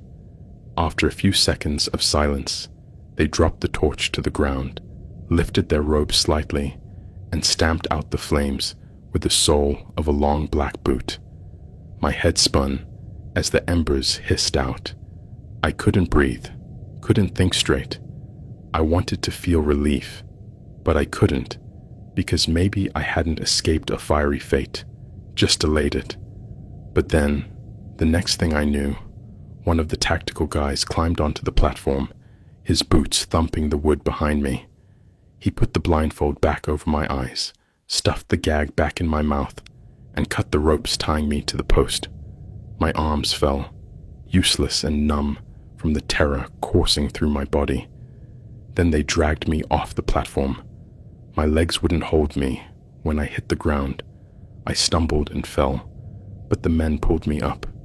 It took forever before my legs could bear my weight again, but I think I only walked for about 4 or 5 minutes before I heard the sound of a van door opening again. They bound my wrists and ankles, threw me inside, and after the door slammed shut behind me, the van started moving. I remember curling up, shaking, all hope drained from me. I was convinced I was going to die, but there was no chance of escape. So you can imagine the disbelief I felt when they suddenly stopped the van, cut the ties off my ankles, and dumped me onto the road. I hit the ground, dirt and rocks scraping my knees, and then I heard the sound of the van speeding away. I was sure someone else was about to grab me and pull me up, but after a few moments of total silence, I pulled off the blindfold and saw I was alone. I was on a dirt road in what looked like the middle of nowhere. No houses, no cars, just empty fields around me. My wrists were still bound with zip ties, and I was still completely naked, but I could walk. I stood, every joint screaming, and started walking down the road. I'd never been so cold in my life. It was like the wind was cutting through me, but I kept moving, one step after another, slow but steady, praying I wouldn't die of hypothermia before I found help. My feet were raw, bleeding from rocks and cuts, when I finally saw a cottage in the distance. It was a quaint place with a thatched roof, like something you'd see on a postcard, but there I was, staggering down the road completely naked. It was utterly surreal. I reached the door and pounded on it with weak but desperate fists. A middle-aged woman in a robe answered, and the moment she saw me, she started screaming like a banshee. Her husband appeared behind her, baseball bat in hand, and was about to swing at me when he saw the ties on my wrists and stopped. I'll never forget the look on his face, the way his eyes widened when he realized what he was seeing. After freezing, he just muttered, "Jesus Christ," and then ran inside to grab something to cover me with. They brought me a blanket, made me a cup of tea, and let me take a long, hot shower while they called the police. The hot water stung my wrists, ankles, and the soles of my feet, and I stood there trembling, watching blood and dirt swirl down the drain, wincing from the pain as I washed. Just before the police arrived, the kind couple gave me some clothes to wear, just a pair of baggy sweatpants and a faded t-shirt, but it meant the world to me. After that, I sat in their kitchen waiting for the police while the couple whispered in the next room. When the loan officer arrived, I thanked the couple for all their help, then walked to his patrol car. I sat in the back and told him everything: the dinner, the van, the woods, the hooded figures. He wrote it down, then asked in a very flat tone, "How much did you drink tonight?" I told him. We had 3 bottles, split pretty evenly. I was drunk, but I wasn't wasted, and I definitely didn't black out. He didn't argue, but I could tell he didn't believe me. They tracked down Mercedes and the cab driver, but their stories didn't match up. They claimed I was drunk as a skunk, demanded they stop the cab so I could puke, And after I did, I wandered off into a dark field and didn't come back. They had a receipt from the restaurant, time-stamped and all, and Mercedes' phone went offline after that. No replies, no trace of her. After a while, the police seemed to give up on it all. As useless as UK cops often are, they said there wasn't enough evidence. They couldn't track down this Mercedes girl I dated, so unless I could remember her address or where I'd been taken, there was just nothing they could do to move their investigation forward. The wounds on my wrists healed, but the nightmares didn't. I tried digging into what had happened for a while, but it tanked my mental health. I went down a lot of rabbit holes about Wiccan and occult practices, but I found nothing like the mass I'd seen or the language I'd heard. I talked to some users on r/conspiracy and on X, even posted about it, but most people didn't believe me, and one user even called me a shill. In the end, I stopped trying to make sense of it all, and, in a kind of full circle, turned to the self-help genre for healing trauma that Mercedes had so fiercely avoided. I tried reading every book I could get my hands on, even took an online course about getting rid of night terrors, but nothing really helped. I still see that torch every night, feel the heat, hear the chants. I haven't dated anyone since, and my trust issues have bled into even the simplest daily interactions. Sometimes I'm talking to someone I don't know personally, and I pause and think, was it you? Were you there? Sometimes when things get really bad, I think about the person with the torch, the one who, for some reason, decided not to light the fire beneath me. Sometimes I feel like I owe them my life, that in the grand scheme of things, they're the best friend I've ever had. I swing between intense gratitude and hating them with every fiber of my being, not because I wish they'd done it, but because they left me here, half alive, with a story almost no one believes.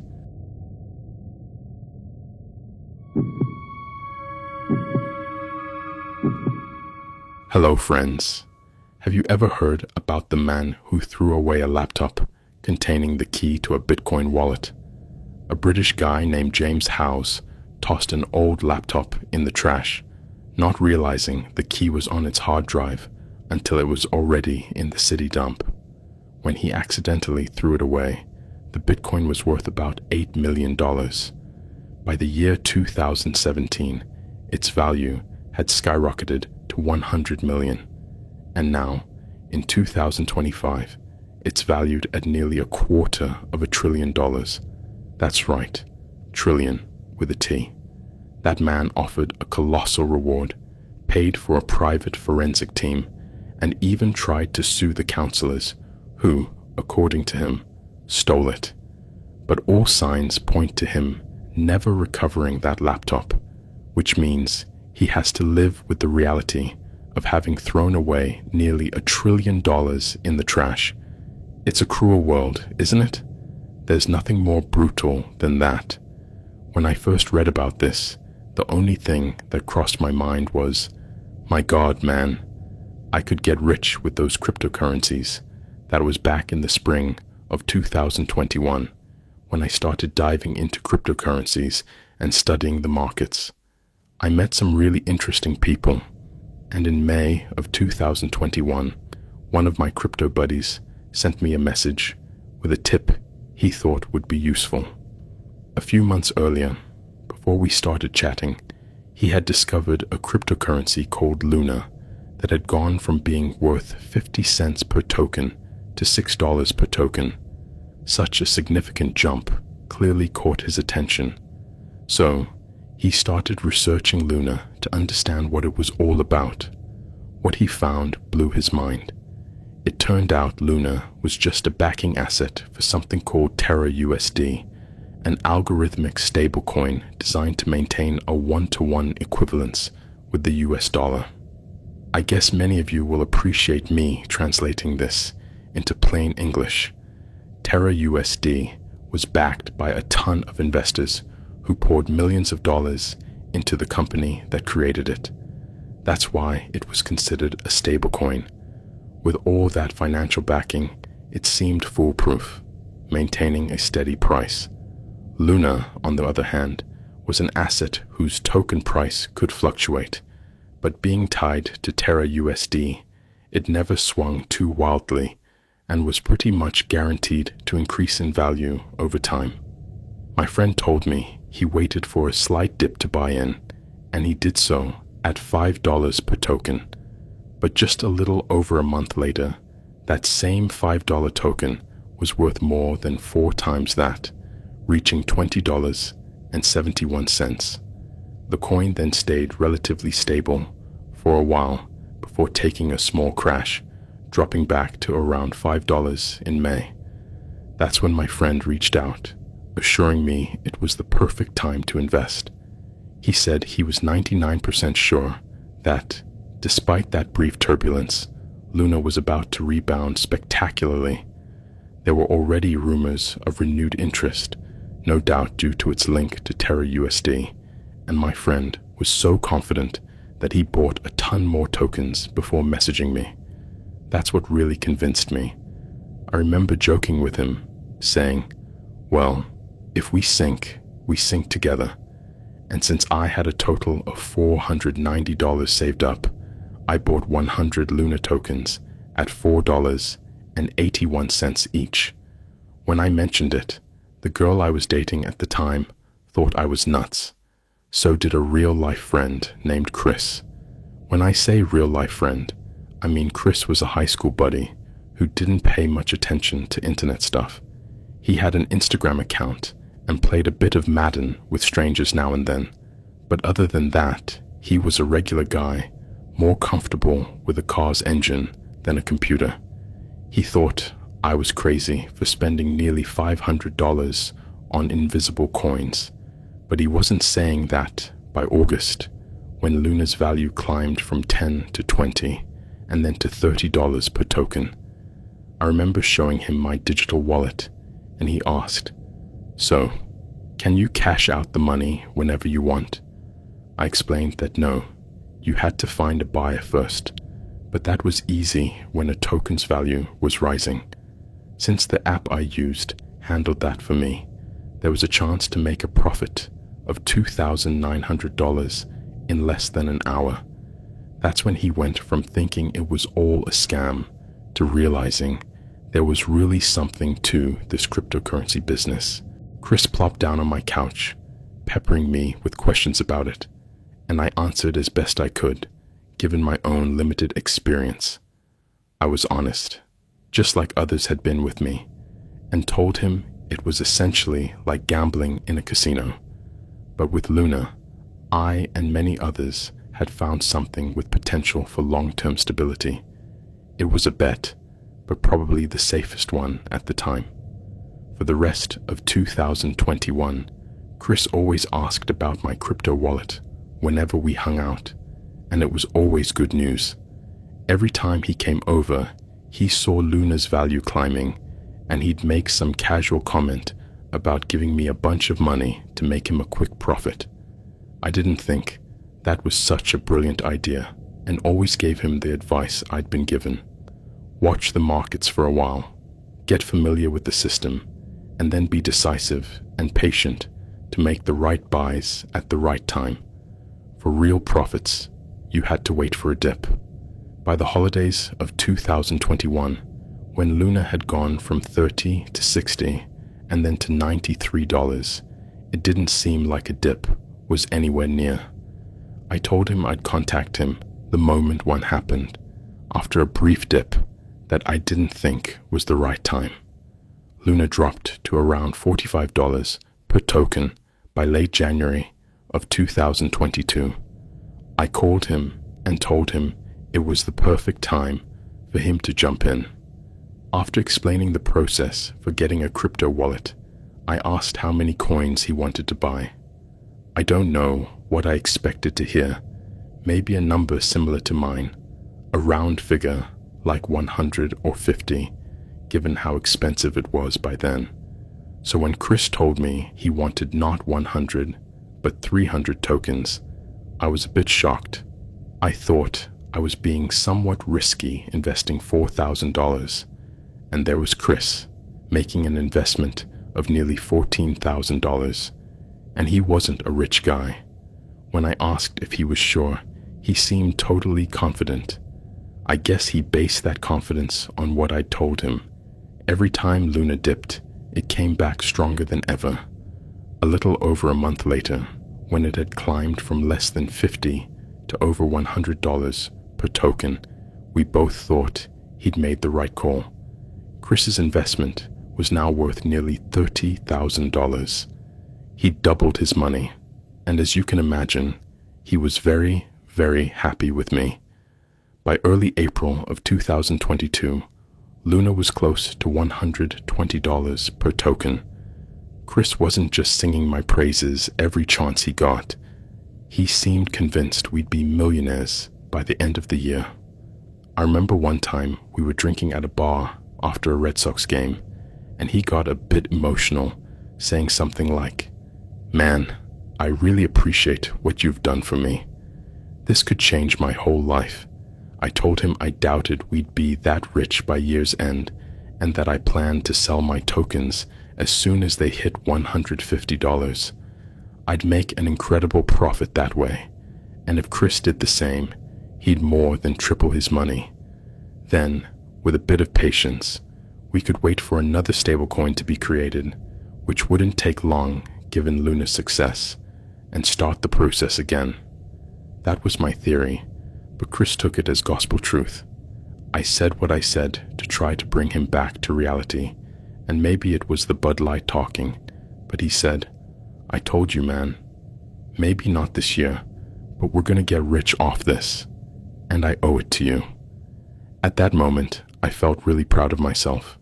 Honestly, I was probably going to make a lot of money from my Luna purchase, but I'd also helped a friend. Not in a way that completely changed his life, but over time, if we played our cards right, the passive income would probably be transformative. That was early April, and by year's end, if market trends held, Luna was projected to climb to around $200 per token. But as the saying goes, man plans and God laughs. Just a few days after our heartfelt talk at that sports bar, when I was feeling on top of the world for helping Chris make some money, Luna took a sharp dive. Over the next 2 weeks, it went from around $120 per token to about $75 per token. Chris called me looking for reassurance, and I told him the usual. Every dip was followed by a new peak. It had been that way since Luna was created, and we just had to wait a few days for the value to climb back up. Not even 24 hours passed. The next day, Luna had risen from its lowest point of $75 per token to a more comfortable $90 per token. Then, after a bit more fluctuation, it stabilized at around $95, with every expectation of continuing to gain value through May of 2022. May began, and as predicted, Luna's prices climbed again. Then, somehow, I caught a really bad case of something and was practically bedridden for a couple of days, except for trips to the bathroom to vomit or take care of business. I remember checking my portfolio at one point and seeing Luna had dropped to just under $70 per token, but I wasn't worried. I had full confidence it would do its usual thing, shoot up to a new high after a period of fluctuation. Much of what happened next is a bit hazy, and I remember passing out for at least 13 hours once the worst of the illness had passed. But when I woke up around 3:30 in the morning on May 11th, 2022, a date that'll be etched in my mind forever, I realized my entire world had been turned completely upside down. After checking Luna's value, I saw that maybe just an hour after I passed out, some 13 hours earlier, it had plummeted from just under $70 to $33 per token. A few hours later, it tanked to $16 per token. And then I watched in real time as it fell to 15, then 14, then the unlucky 13, right before my eyes. I never thought I was the fainting type. I'd had a bad accident as a teenager and saw the flesh inside my leg when the broken bone tore through it.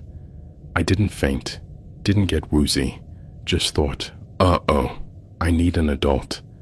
But that morning, staring at my phone and seeing Luna's value crashing and crashing, I had to sit back down on my bed to keep from collapsing. My head was spinning, my chest felt tight, and I had to take deep breaths to avoid, I don't know, vomiting, fainting, or falling into some kind of panic attack. I started scouring forums, message boards, and group chats I was in, looking for any clue about what had happened. I was desperately hoping to read something reassuring, something about Luna recovering after a glitch or a miscalculation in the blockchain or whatever. But I saw the opposite. Luna had crashed and wasn't coming back. How the hell did such a stable asset crash and burn like that? Well, remember how I told you Luna was tied to Terra USD and how that was linked to the US dollar to keep everything stable? It turned out to be a lie. The creators said it was supposed to maintain a 1-to-1 parity with the dollar, but that was nothing more than a ruse to lure investors into what was, ultimately, a sort of unconventional Ponzi scheme.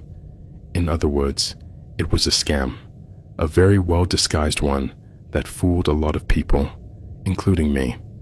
But by falling for it, I hadn't just lost $400 of my own money. Chris had lost tens of thousands of dollars, and he was furious. When I woke up from my deep sleep, one of the things that tipped me off that something was wrong was that I had about 50 missed calls from Chris, along with nearly 24 text messages. I guess he got an alert that Luna was tanking and went into full-on panic mode while I was passed out. His texts went from things like, "Bro, you seeing this?" and "Man, this can't be happening right now," to things like, "Answer the damn phone, dude," and "Are you avoiding me? Answer the phone." I remember frantically tapping the call icon and getting nothing but rings until it hit voicemail. I told Chris to call me as soon as he woke up, because although his last call was nearly 40 minutes earlier, I figured he must be sleeping since it was approaching 4 in the morning. But part of me doubted he was asleep, mostly because there's no way I'd be sleeping if I were in his shoes. And I was right, because maybe only 15 or 20 minutes later, someone started ringing my apartment buzzer from downstairs. I have one of those intercoms with a little screen to see and talk to whoever's buzzing, and I had a good idea who it was before I looked. It was Chris, but he didn't look angry, just almost deflated.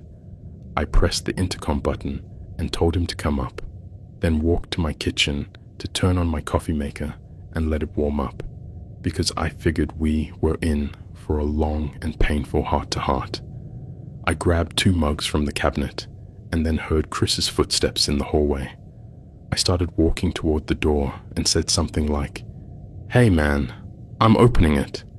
And he responded by pounding what sounded like a fist on the door before growling, "Open the damn thing already."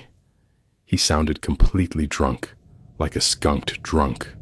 So instead of opening the door right away, I looked through the peephole and saw Chris literally swaying side to side on the other side of the door. It wasn't a dramatic sway. It was subtle, but that's how drunk he was, barely able to stand. I remember my hands reaching for the latch and the doorknob before suddenly stopping.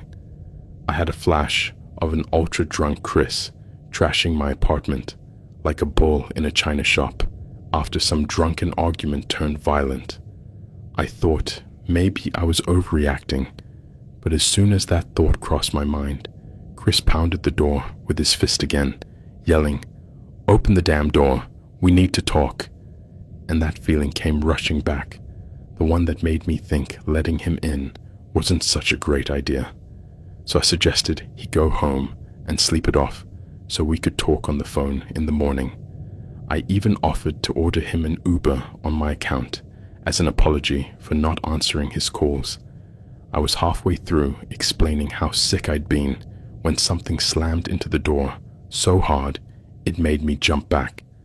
I figured he was trying to break down my door because I heard a bam, then another bam, and then an even louder one. I started yelling at Chris to stop, and he gave a few more kicks before stopping. But then he launched into a drunken, rambling tirade about how he was going to kill me when he finished breaking down my door. I tried explaining what happened with Luna, why it crashed and all that, but it was no use. He was yelling too loud to hear me, and even if he wasn't, I don't think he was lucid enough to understand. He kept saying, "Open the door, James. Open the door," in a way that, honestly, sounded like he was losing his mind. That alone terrified me. But I also faced the very real possibility of having to violently defend myself against one of my best friends. It's a feeling I wouldn't wish on my worst enemy, the kind that brings tears to my eyes just thinking about it now, even years later. At that moment, I knew I should call the police, but I couldn't. I couldn't do that to him. Part of me thought I could calm him down by talking, but another part knew I couldn't. I remember thinking maybe just seeing me holding a knife would snap some sense into him, but I couldn't bring myself to grab one either. I just kept saying, "Please, man, don't do this. This isn't you." But Chris didn't stop. Not until I heard someone else in the hallway yelling at him to stop.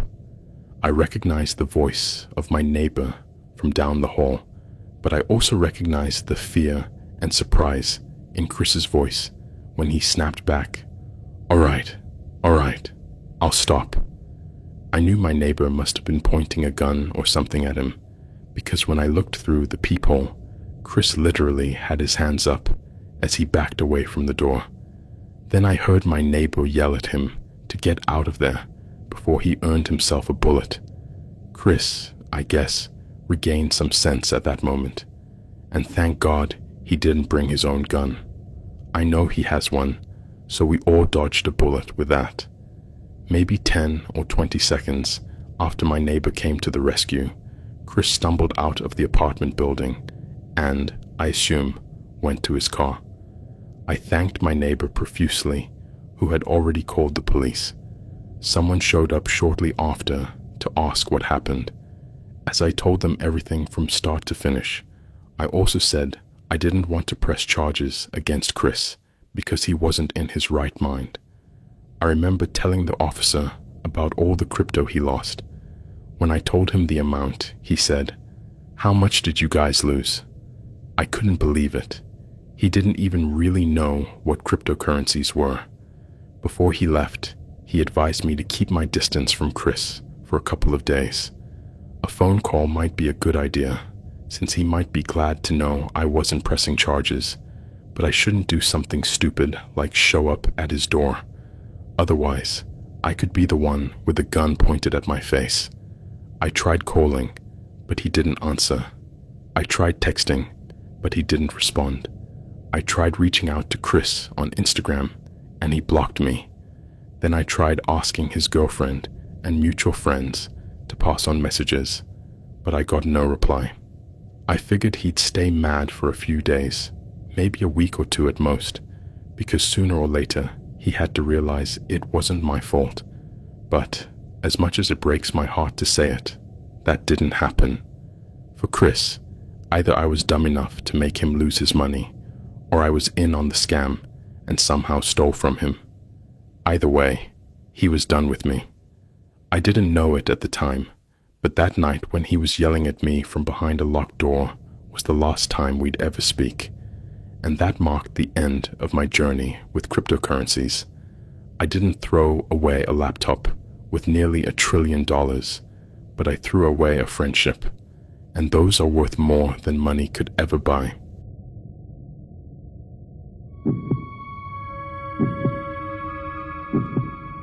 Born on the 20th of September, 1961, In Baltimore, Maryland, Sheila Rena Latka was the first of 4 daughters of Mr. and Mrs. Abraham J. Denberg. As a young girl, she was an assistant at Beth Tello Synagogue in nearby Pikesville and participated in her high school sports teams and choir club. Her classmates described her as an utterly ordinary person. Then, after graduating in 1979, she began dating a construction worker named Victor Liatka. Sheila's Orthodox parents didn't entirely approve of the relationship, but that didn't deter her in the slightest. She moved into Victor's home in Hampstead in 1990, and they married the following year. By 1995, Sheila and Victor were living in Ellicott City. To generate some extra income each month, Sheila started an online advertising business from home. Her first venture, Casa de Dion, sold home decorating guides by mail for $7 each. An ad on the website read, "Home decorating secrets seen in elegant residences from New England states to Hollywood homes can now be yours. Never before published. Quick and easy ways to beautify your home." Sheila proved so effective at advertising that she was able to start selling her copywriting skills for $50 per piece under the trade name Classified Concepts. Victor, who was initially skeptical about the potential to make money online, was as proud as he was surprised by his wife's success. He encouraged her to continue her entrepreneurial endeavors, which resulted in Sheila spending more and more time on the web. In addition to her copywriting and decorating guide businesses, Sheila began managing the sales department for several websites offering psychic readings to their users. Sheila also negotiated a percentage of the sales from other services, some with premium rate phone numbers, by promoting them on her websites. In just a few months, she transformed her home computer into a home-based business, and it became clear that she recognized the internet's near infinite potential for commerce. However, unfortunately, in her effort to support her family, Sheila began to explore the murky and shadowy side of the World Wide Web. Even in the early days of the internet, the adult entertainment industry had a robust presence, having identified the potential for widespread distribution and subscription-based payment systems. Sheila was no different and immediately saw the enormous demand for online adult entertainment. With her skills focused on marketing, she offered her services to various distributors and once again found a great need for her lucrative talents. It didn't take long for Sheila to notice another pattern of online behavior. The more extreme the adult entertainment, the higher the profits. She observed that those interested in more extreme varieties, depicting themes of restraint, hypnosis, or chloroform, paid double or even triple what consumers of lighter content were willing to pay. For her, the choice was clear. She could earn up to 3 times her regular fee for the same amount of work. Thus, under the pseudonym Nancy Carlson, she raised her income ceiling yet again. To her husband's delight, as Sheila adapted her online expertise to the more perverse and depraved, she began selling her underwear. It was here that her interests seemed to shift from professional to personal. She transformed the simple pseudonym Nancy Carlson into a full-fledged online persona, and, while visiting risque chat rooms, pretended to be a 135-pound dominatrix who had starred in several adult films. It's believed that Sheila offered a particular type of online chat sessions for money, which again contributed to her growing income. But at some point, her behavior took a dark turn.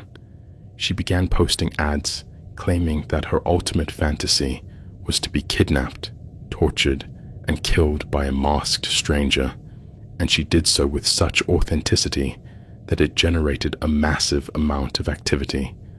Some offered to fulfill her fantasies, while others, like a user named Tanith, who claimed to be some sort of online activist, expressed concern for Sheila's mental health and gently warned her about the potential consequences, but Sheila didn't explain that her posts were an eccentric business venture, nor did she claim they were just unrealistic fantasies.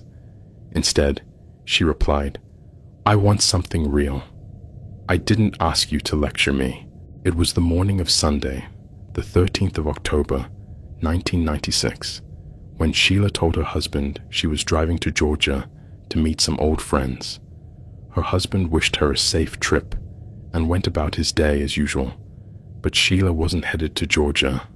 Instead, she drove for 45 minutes to Pennsylvania Station in Baltimore and arrived in Charlotte, North Carolina, around 8:45 at night. Around the same time she arrived in Charlotte, Sheila's husband noticed a handwritten note she had left on the kitchen table. It's unclear exactly what it said, but Sheila not only asked her husband to refrain from looking for her, but wrote, "If my body is never recovered, don't worry. I know I'm at peace." Victor rushed to report to the police that his wife was missing and possibly in danger, but it was already too late. Sheila had already met with the man with whom she had made a macabre arrangement, Robert Glass. For nearly 16 years, Robert Frederick Glass led an unremarkable life as a computer analyst working for the Catawba County government. He married a woman named Sherry, with whom he had 3 children, and their marriage lasted 14 happy years until May of 1996, when Sherry accessed her husband's computer. In Robert's email account, Sherry found several messages she later described as crude, violent, and disturbing. Under the usernames Toyman and Slowhand, Robert had been visiting risque chat rooms for years, but he wasn't just exchanging spicy banter with like-minded strangers. He seemed to revel in the idea of inflicting suffering on the innocent, and he did so in a way that suggested it was far more than a mere fantasy. Sherry quickly filed for divorce, and given the nature of his indiscretion, Robert Glass lost access to his children. This was understandably devastating for him, but instead of stepping away from such perversions and leading a cleaner life, he dove deeper into his depravities as a coping mechanism. In the months that followed, Robert sank further into depravity and became increasingly obsessed with the thrill of inflicting suffering and taking lives. In August of 1996, Robert Glass came across one of Sheila's posts, and the two began an unhealthy and obsessive online relationship. They exchanged 900 pages of emails in just over a month before finally reaching a terrifying agreement. They would meet, and after a few final days of depravity, Robert would end Sheila's life. During the missing person investigation that followed her husband's report, detectives gained access to Sheila's computer. It was there they discovered the exact nature of her communications with Robert Glass. Maryland detectives quickly contacted their counterparts in North Carolina, who set up surveillance on Glass's home.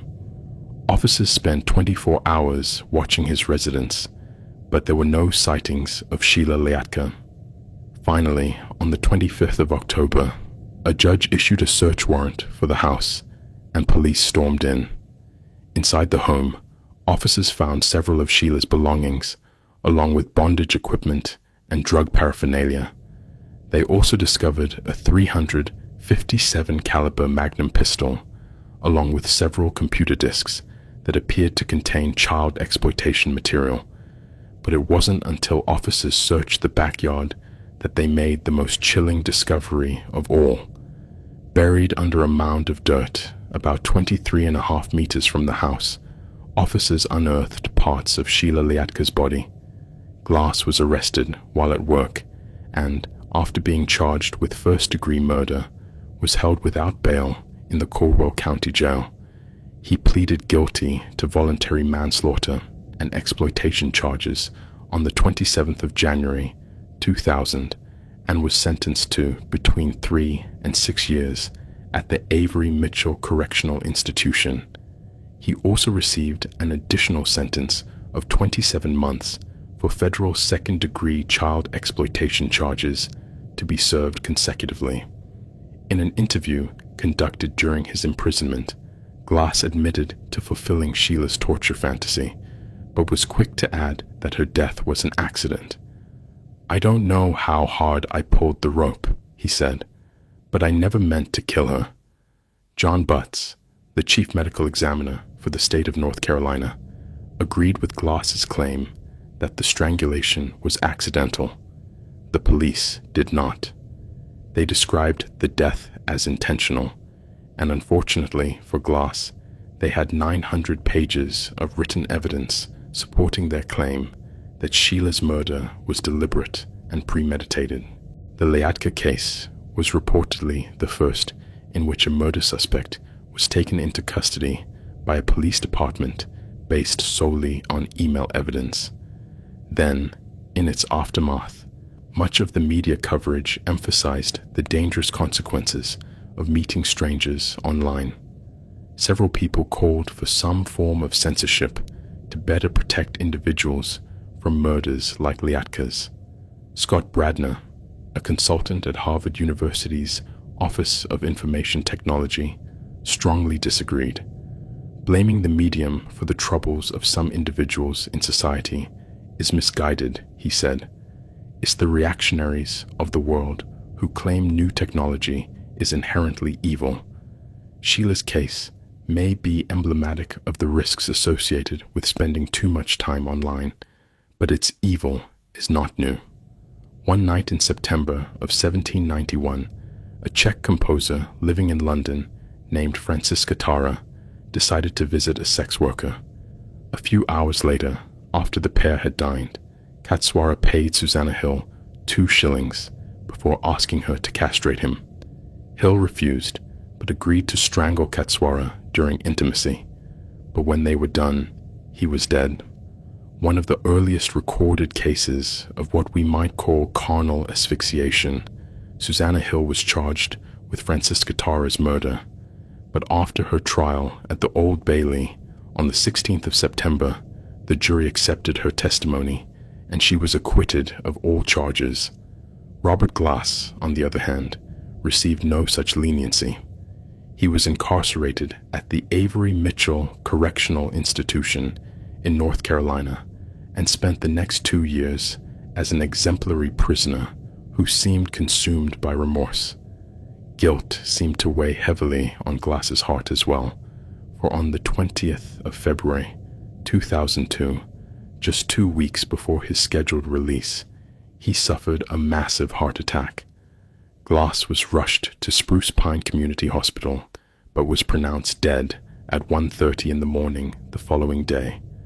His death marked the end of a terrifying chapter in the history of digital criminality and shows what can happen when dark and violent fantasies collide with the harsh light of reality.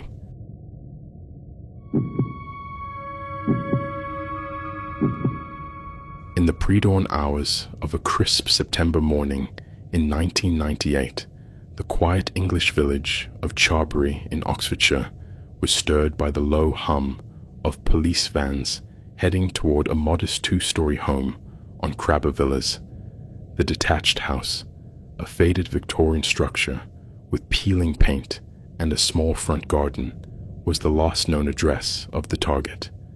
Intelligence suggested he lived alone and was extremely paranoid, keeping unpredictable hours and using multiple entry and exit points to avoid being followed. A canine unit was on standby in case he attempted to flee through the back garden, which connected to the dense woods surrounding the village.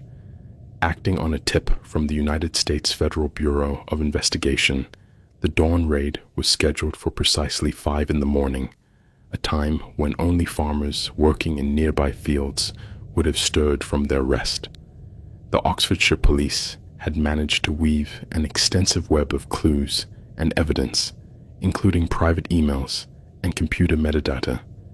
Everything pointed to the house on Crabber Villas, indicating that its resident was part of a vast global network of cybercriminals dedicated to child exploitation.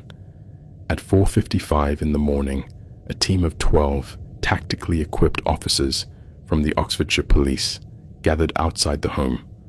One advanced, pounding on the door before shouting, "Police! Open the door now!" There was no response, but a battering ram shattered the front door's lock, and the officers stormed inside. The ground floor was a mess of stacked newspapers and dirty dishes, with a lingering smell of stale cigarettes permeating the air. Flashlight beams swept through the dark rooms as the officers methodically advanced, clearing the living room and kitchen. Upstairs, they found Ian Baldock, 28 years old, in a back bedroom, startled awake and clumsily trying to put on a jacket. "Hands up! Don't move!" barked an officer. Baldock froze, his face pale under the flashlight's glare. He knew the game was up and escape was impossible. By 6:30 in the morning, as the first rays of light crept over the village, Baldock was escorted to a police van. Drawn by the commotion, neighbors watched from their windows, murmuring about the man they knew as a reserved and elusive figure, rarely seen at local pubs like year-old Three Horseshoes. The raid disrupted the morning calm, with police tape fluttering around the property and officers standing guard as forensic teams arrived to seize Baldock's computer. The seizure and arrest were the culmination of months of painstaking work, with Baldock being the first domino in a chain that would eventually dismantle one of the largest child exploitation networks in the world. This is the story of Operation Cathedral. Launched in 1998, Operation Cathedral marked a pivotal moment in the fight against online child exploitation. Its specific target was the Wonderland Club, a secret international network of child exploitation operating entirely online. The club's name, taken from Lewis Carroll's Alice in Wonderland, concealed a horrific reality.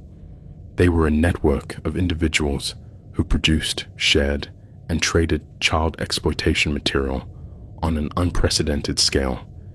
The operation, involving law enforcement agencies from multiple countries, not only dismantled the club, but also exposed the complexities of combating cybercrime in an era when the internet was still relatively new. The investigation leading to Operation Cathedral began in the United States in 1996, when the FBI uncovered evidence of a large-scale child exploitation network during an unrelated investigation into domestic cybercrimes. This initial discovery became part of a broader FBI operation known as Innocent Images, which aimed to combat the growing problem of online child exploitation. As the operation progressed, the FBI identified a group of individuals using the internet to share material. However, after a brief period of surveillance, it became clear they were part of a much larger international network, the Wonderland Club. The Wonderland Club was not a loosely affiliated group of deviants, but a rigidly structured hierarchy enforcing strict membership rules. To join, aspirants not only had to provide the organization with at least 10,000 images of child exploitation, but also had to ensure these images had not previously circulated within the group. This requirement ensured that the club's library of exploitative material grew continuously and exponentially, becoming one of the largest repositories of its kind in human history. The club operated online using encrypted communication channels, making it difficult for law enforcement to trace members' identities. They also instituted a strict hierarchical structure with ranks based on the quantity and quality of material contributed, where higher-ranking members had access to more exclusive content. It was later revealed that the club had members in at least 14 countries. Given the network's international scope, the FBI contacted law enforcement agencies in those countries to coordinate a global response. the United Kingdom's National Crime Agency took the lead, working closely with the FBI and other international partners to gather intelligence and plan a coordinated takedown of the network. This collaboration was essential, as the borderless nature of the internet meant no single country could tackle the issue alone. One of the greatest challenges detectives faced in investigating the Wonderland Club was the group's use of encryption and other methods to conceal their activities. Members communicated almost exclusively through anonymous remailers, which stripped identifying information from emails and used encryption to protect the content of messages and files. Additionally, the club's decentralized structure meant there was no single server or hub that could be easily targeted. Instead, members shared material directly with each other through peer-to-peer networks. To overcome these obstacles, law enforcement employed a combination of traditional investigative techniques alongside cutting-edge cyber forensics. Undercover officers began infiltrating the club by posing as prospective members. Once they gained access to the group's communications, they could start collecting evidence on individual crimes. But this was a delicate and dangerous process, as any misstep could alert club members to the investigation and cause them to scatter into the darker corners of the internet. Another challenge was the sheer volume of material officers had to examine.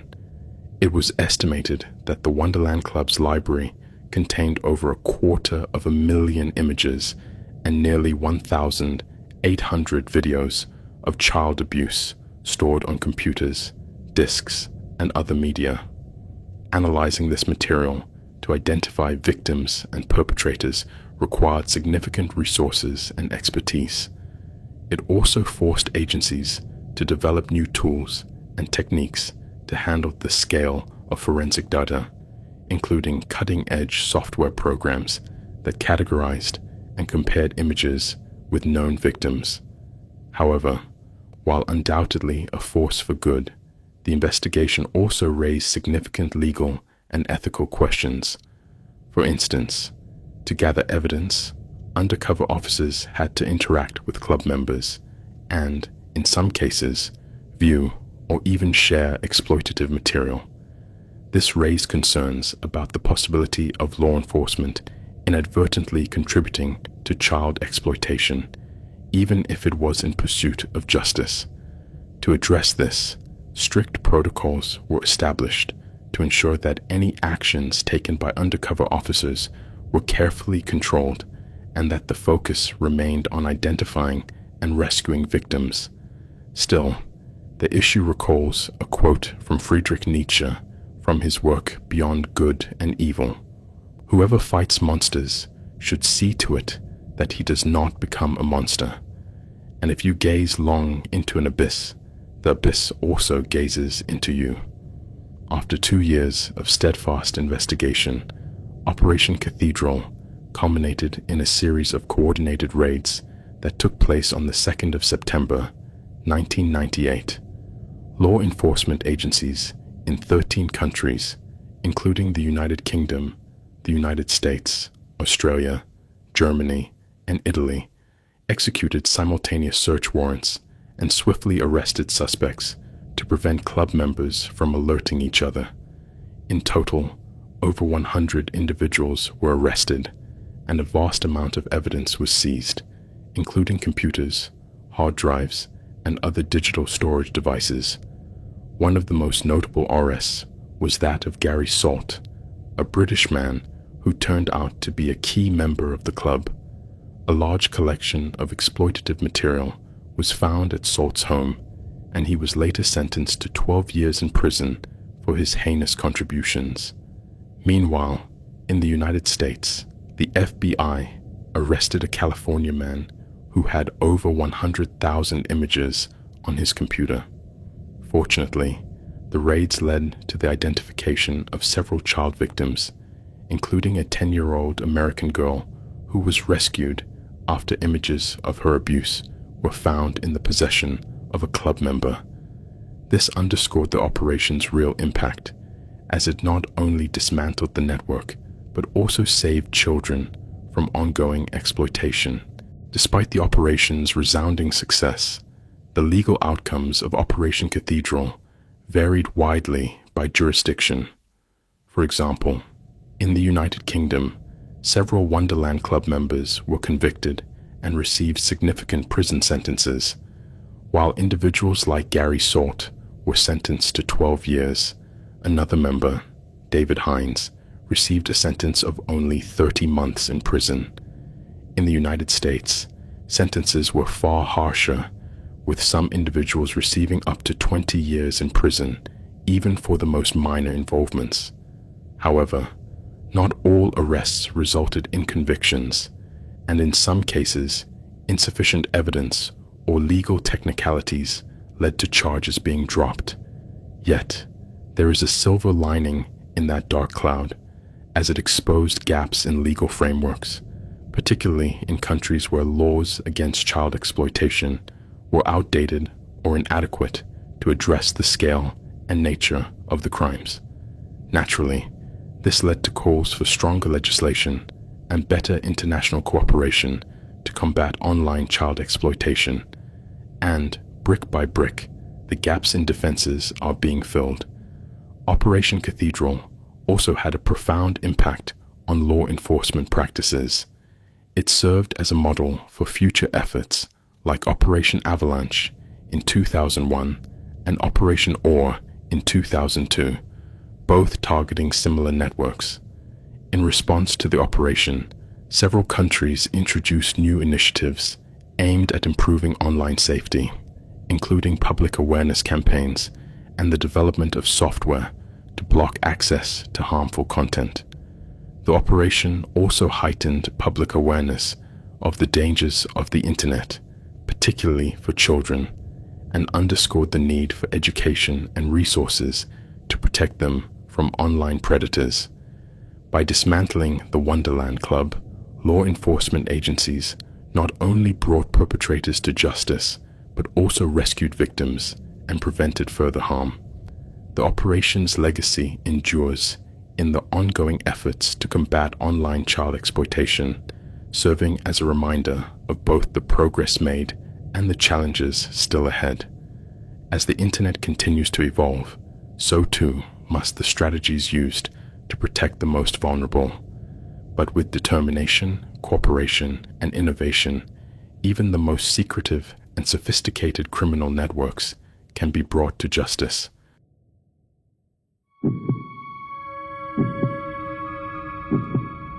I never thought I'd be the one telling a story like this, but here I am, staring at my screen in the dead of night, reliving every moment, because if I don't get it out, it'll eat me alive. My name doesn't matter. Call me anonymous if you want, but what happened to my best friend Sarah is something the world needs to hear. It's a warning about the dark side of the internet, specifically the world of adult content that promises easy money and empowerment, but often demands a far higher price than anyone can afford. I've seen it destroy lives, and it nearly destroyed mine too. Let me take you back to how it all started, step by step, because the devil's in the details, and those details are what keep me awake at night. It was around 2018 when the adult content boom online really took off. You couldn't scroll through social media without seeing influencers talking about OnlyFans or similar platforms, women and men making six-figure sums a month sharing photos, videos, and live streams. It sounded glamorous. Be your own boss, set your own boundaries, rake in cash from the comfort of your home. Sarah, my closest friend since college, was the first person I knew who dove in headfirst. We were both in our late 20s back then, living in Chicago. I was stuck in a dead-end job as a graphic designer at a small agency, barely scraping by with rent and student loans. Sarah was a barista at a trendy downtown coffee shop, always complaining about long hours and creepy customers. One night, Over cheap wine in her tiny apartment, she dropped the bombshell. "You know, I've been thinking about starting an OnlyFans," she said casually, swirling her glass. I nearly choked on my sip. Sarah was gorgeous, long brown hair, freckles, a figure that turned heads, but she was also the practical one, the girl who budgeted every penny. "What? Why?" I asked, half laughing, thinking it was a joke. She wasn't laughing. "Come on, Anonymous, think about it. These girls are making bank. I read about one who quit her job after 3 months and bought a house. A house. And it's not like I'd be doing porn or anything hardcore. Just some spicy pics, maybe lingerie videos. Subscribers pay monthly, and boom, passive income." I remember feeling a mix of envy and worry. The adult content world was exploding, fueled by the pandemic lockdowns that were just around the corner. Platforms like OnlyFans promised creators up to 80% of the profits, with top earners pulling in millions. But I'd also heard the horror stories, leaked content, stalkers, the emotional toll of constant objectification. "Isn't it risky?" I pressed. "What if someone recognizes you? Or worse, if it gets out of hand?" Sarah waved it off. "That's why you use a stage name. Blur your face if you need to, and set boundaries. Besides, the money. God, the money. I could finally quit that soul-sucking job and travel, like we've always talked about. You should think about it too. With your design skills, you could make killer promo graphics for your page." At the time, I brushed it off. I wasn't ready to put myself out there like that, literally or figuratively. But Sarah jumped in. She created her account under the name Scarlet Whisper, starting with soft content, bikini pics from our beach trips, cropped to hide her face at first, flirty videos talking to the camera about her day. Within a week, she had 50 subscribers at $10 a month. $500 already, she texted me, thrilled. And that's just the start. I was happy for her, but a little voice in my head whispered warnings. The internet was a double-edged sword, empowering, sure, but also a breeding ground for predators hiding behind screens. Sarah's success skyrocketed. By the end of the first month, she had over 200 subscribers, pulling in $2,000. She quit her barista job, celebrating with a fancy dinner she paid for. "See? Easy money," she said, clinking glasses. But as her following grew, so did the demands. Subscribers wanted more. Custom videos, private chats, even girlfriend experience packages where she'd text them daily like a real partner for an extra fee, of course. "It's all virtual," she assured me. "No real risk." I nodded, but I noticed changes in her. She spent hours editing photos, obsessing over lighting and angles. Her apartment filled with lingerie hauls and props. And the money, it flowed like water. $3,000, then $5,000 a month. She bought a new camera, upgraded her wardrobe, even talked about moving to a bigger place. That's when she started pushing me harder. "Anonymous, you're single, creative, and hot as hell. You'd kill it on OnlyFans. Imagine no shitty boss, no 9-to-5 grind. We could collab, do duo content. Think of the views." I laughed it off at first, but as my job grew more stressful, layoffs looming, endless deadlines, I started to consider it. Sarah shared her tips. Start slow, build a persona. Use filters to stay anonymous if you're worried. The key is engagement. Make them feel special. She even showed me her earnings dashboard one night, eyes gleaming. "Look, this guy pays $200 a month just for custom feed pics." Harmless, but harmless it wasn't. As Sarah's content evolved, so did her boundaries. She went from lingerie to topless, then full nudes.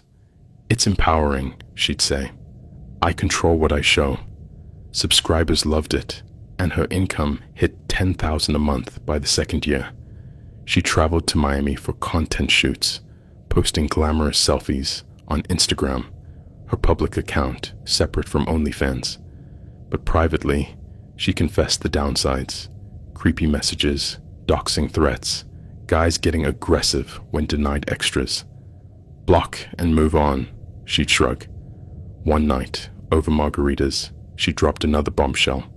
I've started doing meetups. Meetups, I repeated, my heart sinking. Like in person? She nodded, excited. Yeah, for premium fans. They pay big $500 to $1,000 for a dinner, more if it's intimate. But I set the rules. Public places first, no strings attached. It's like escorting, but safer. Since I vet them through the platform, I was horrified. Sarah, that's dangerous. You don't know these people. She rolled her eyes. I run background checks, meet in hotels with security. And the money? One date covers my rent. Come on, live a little. You could do it too. Think of the stories we'd have. I resisted, but Sarah's life seemed so thrilling compared to mine. She bought a car, traveled to Europe, gifted me designer bags. This is freedom, she'd say. Meanwhile, my agency job was draining me. By 2020, with COVID lockdowns, OnlyFans exploded. Sarah's income doubled to $20,000 a month. She pushed me harder. Now's the time. Everyone's online, bored, spending. Start with faceless content if you're shy. I caved a bit, created an account as Mystery Muse, posting anonymous body shots. Subscribers trickled in, 50, then 100, $400 my first month. It felt empowering, secretive, but Sarah wanted more. Add your face, do lives. That's where the real money is. As I dipped deeper, I saw cracks in Sarah's facade. She confessed about a weird meetup, a guy who got handsy, another who stalked her at the hotel. I handled it, she said, laughing, but her eyes were haunted. Another left notes at her door. Switched rooms. I begged her to stop.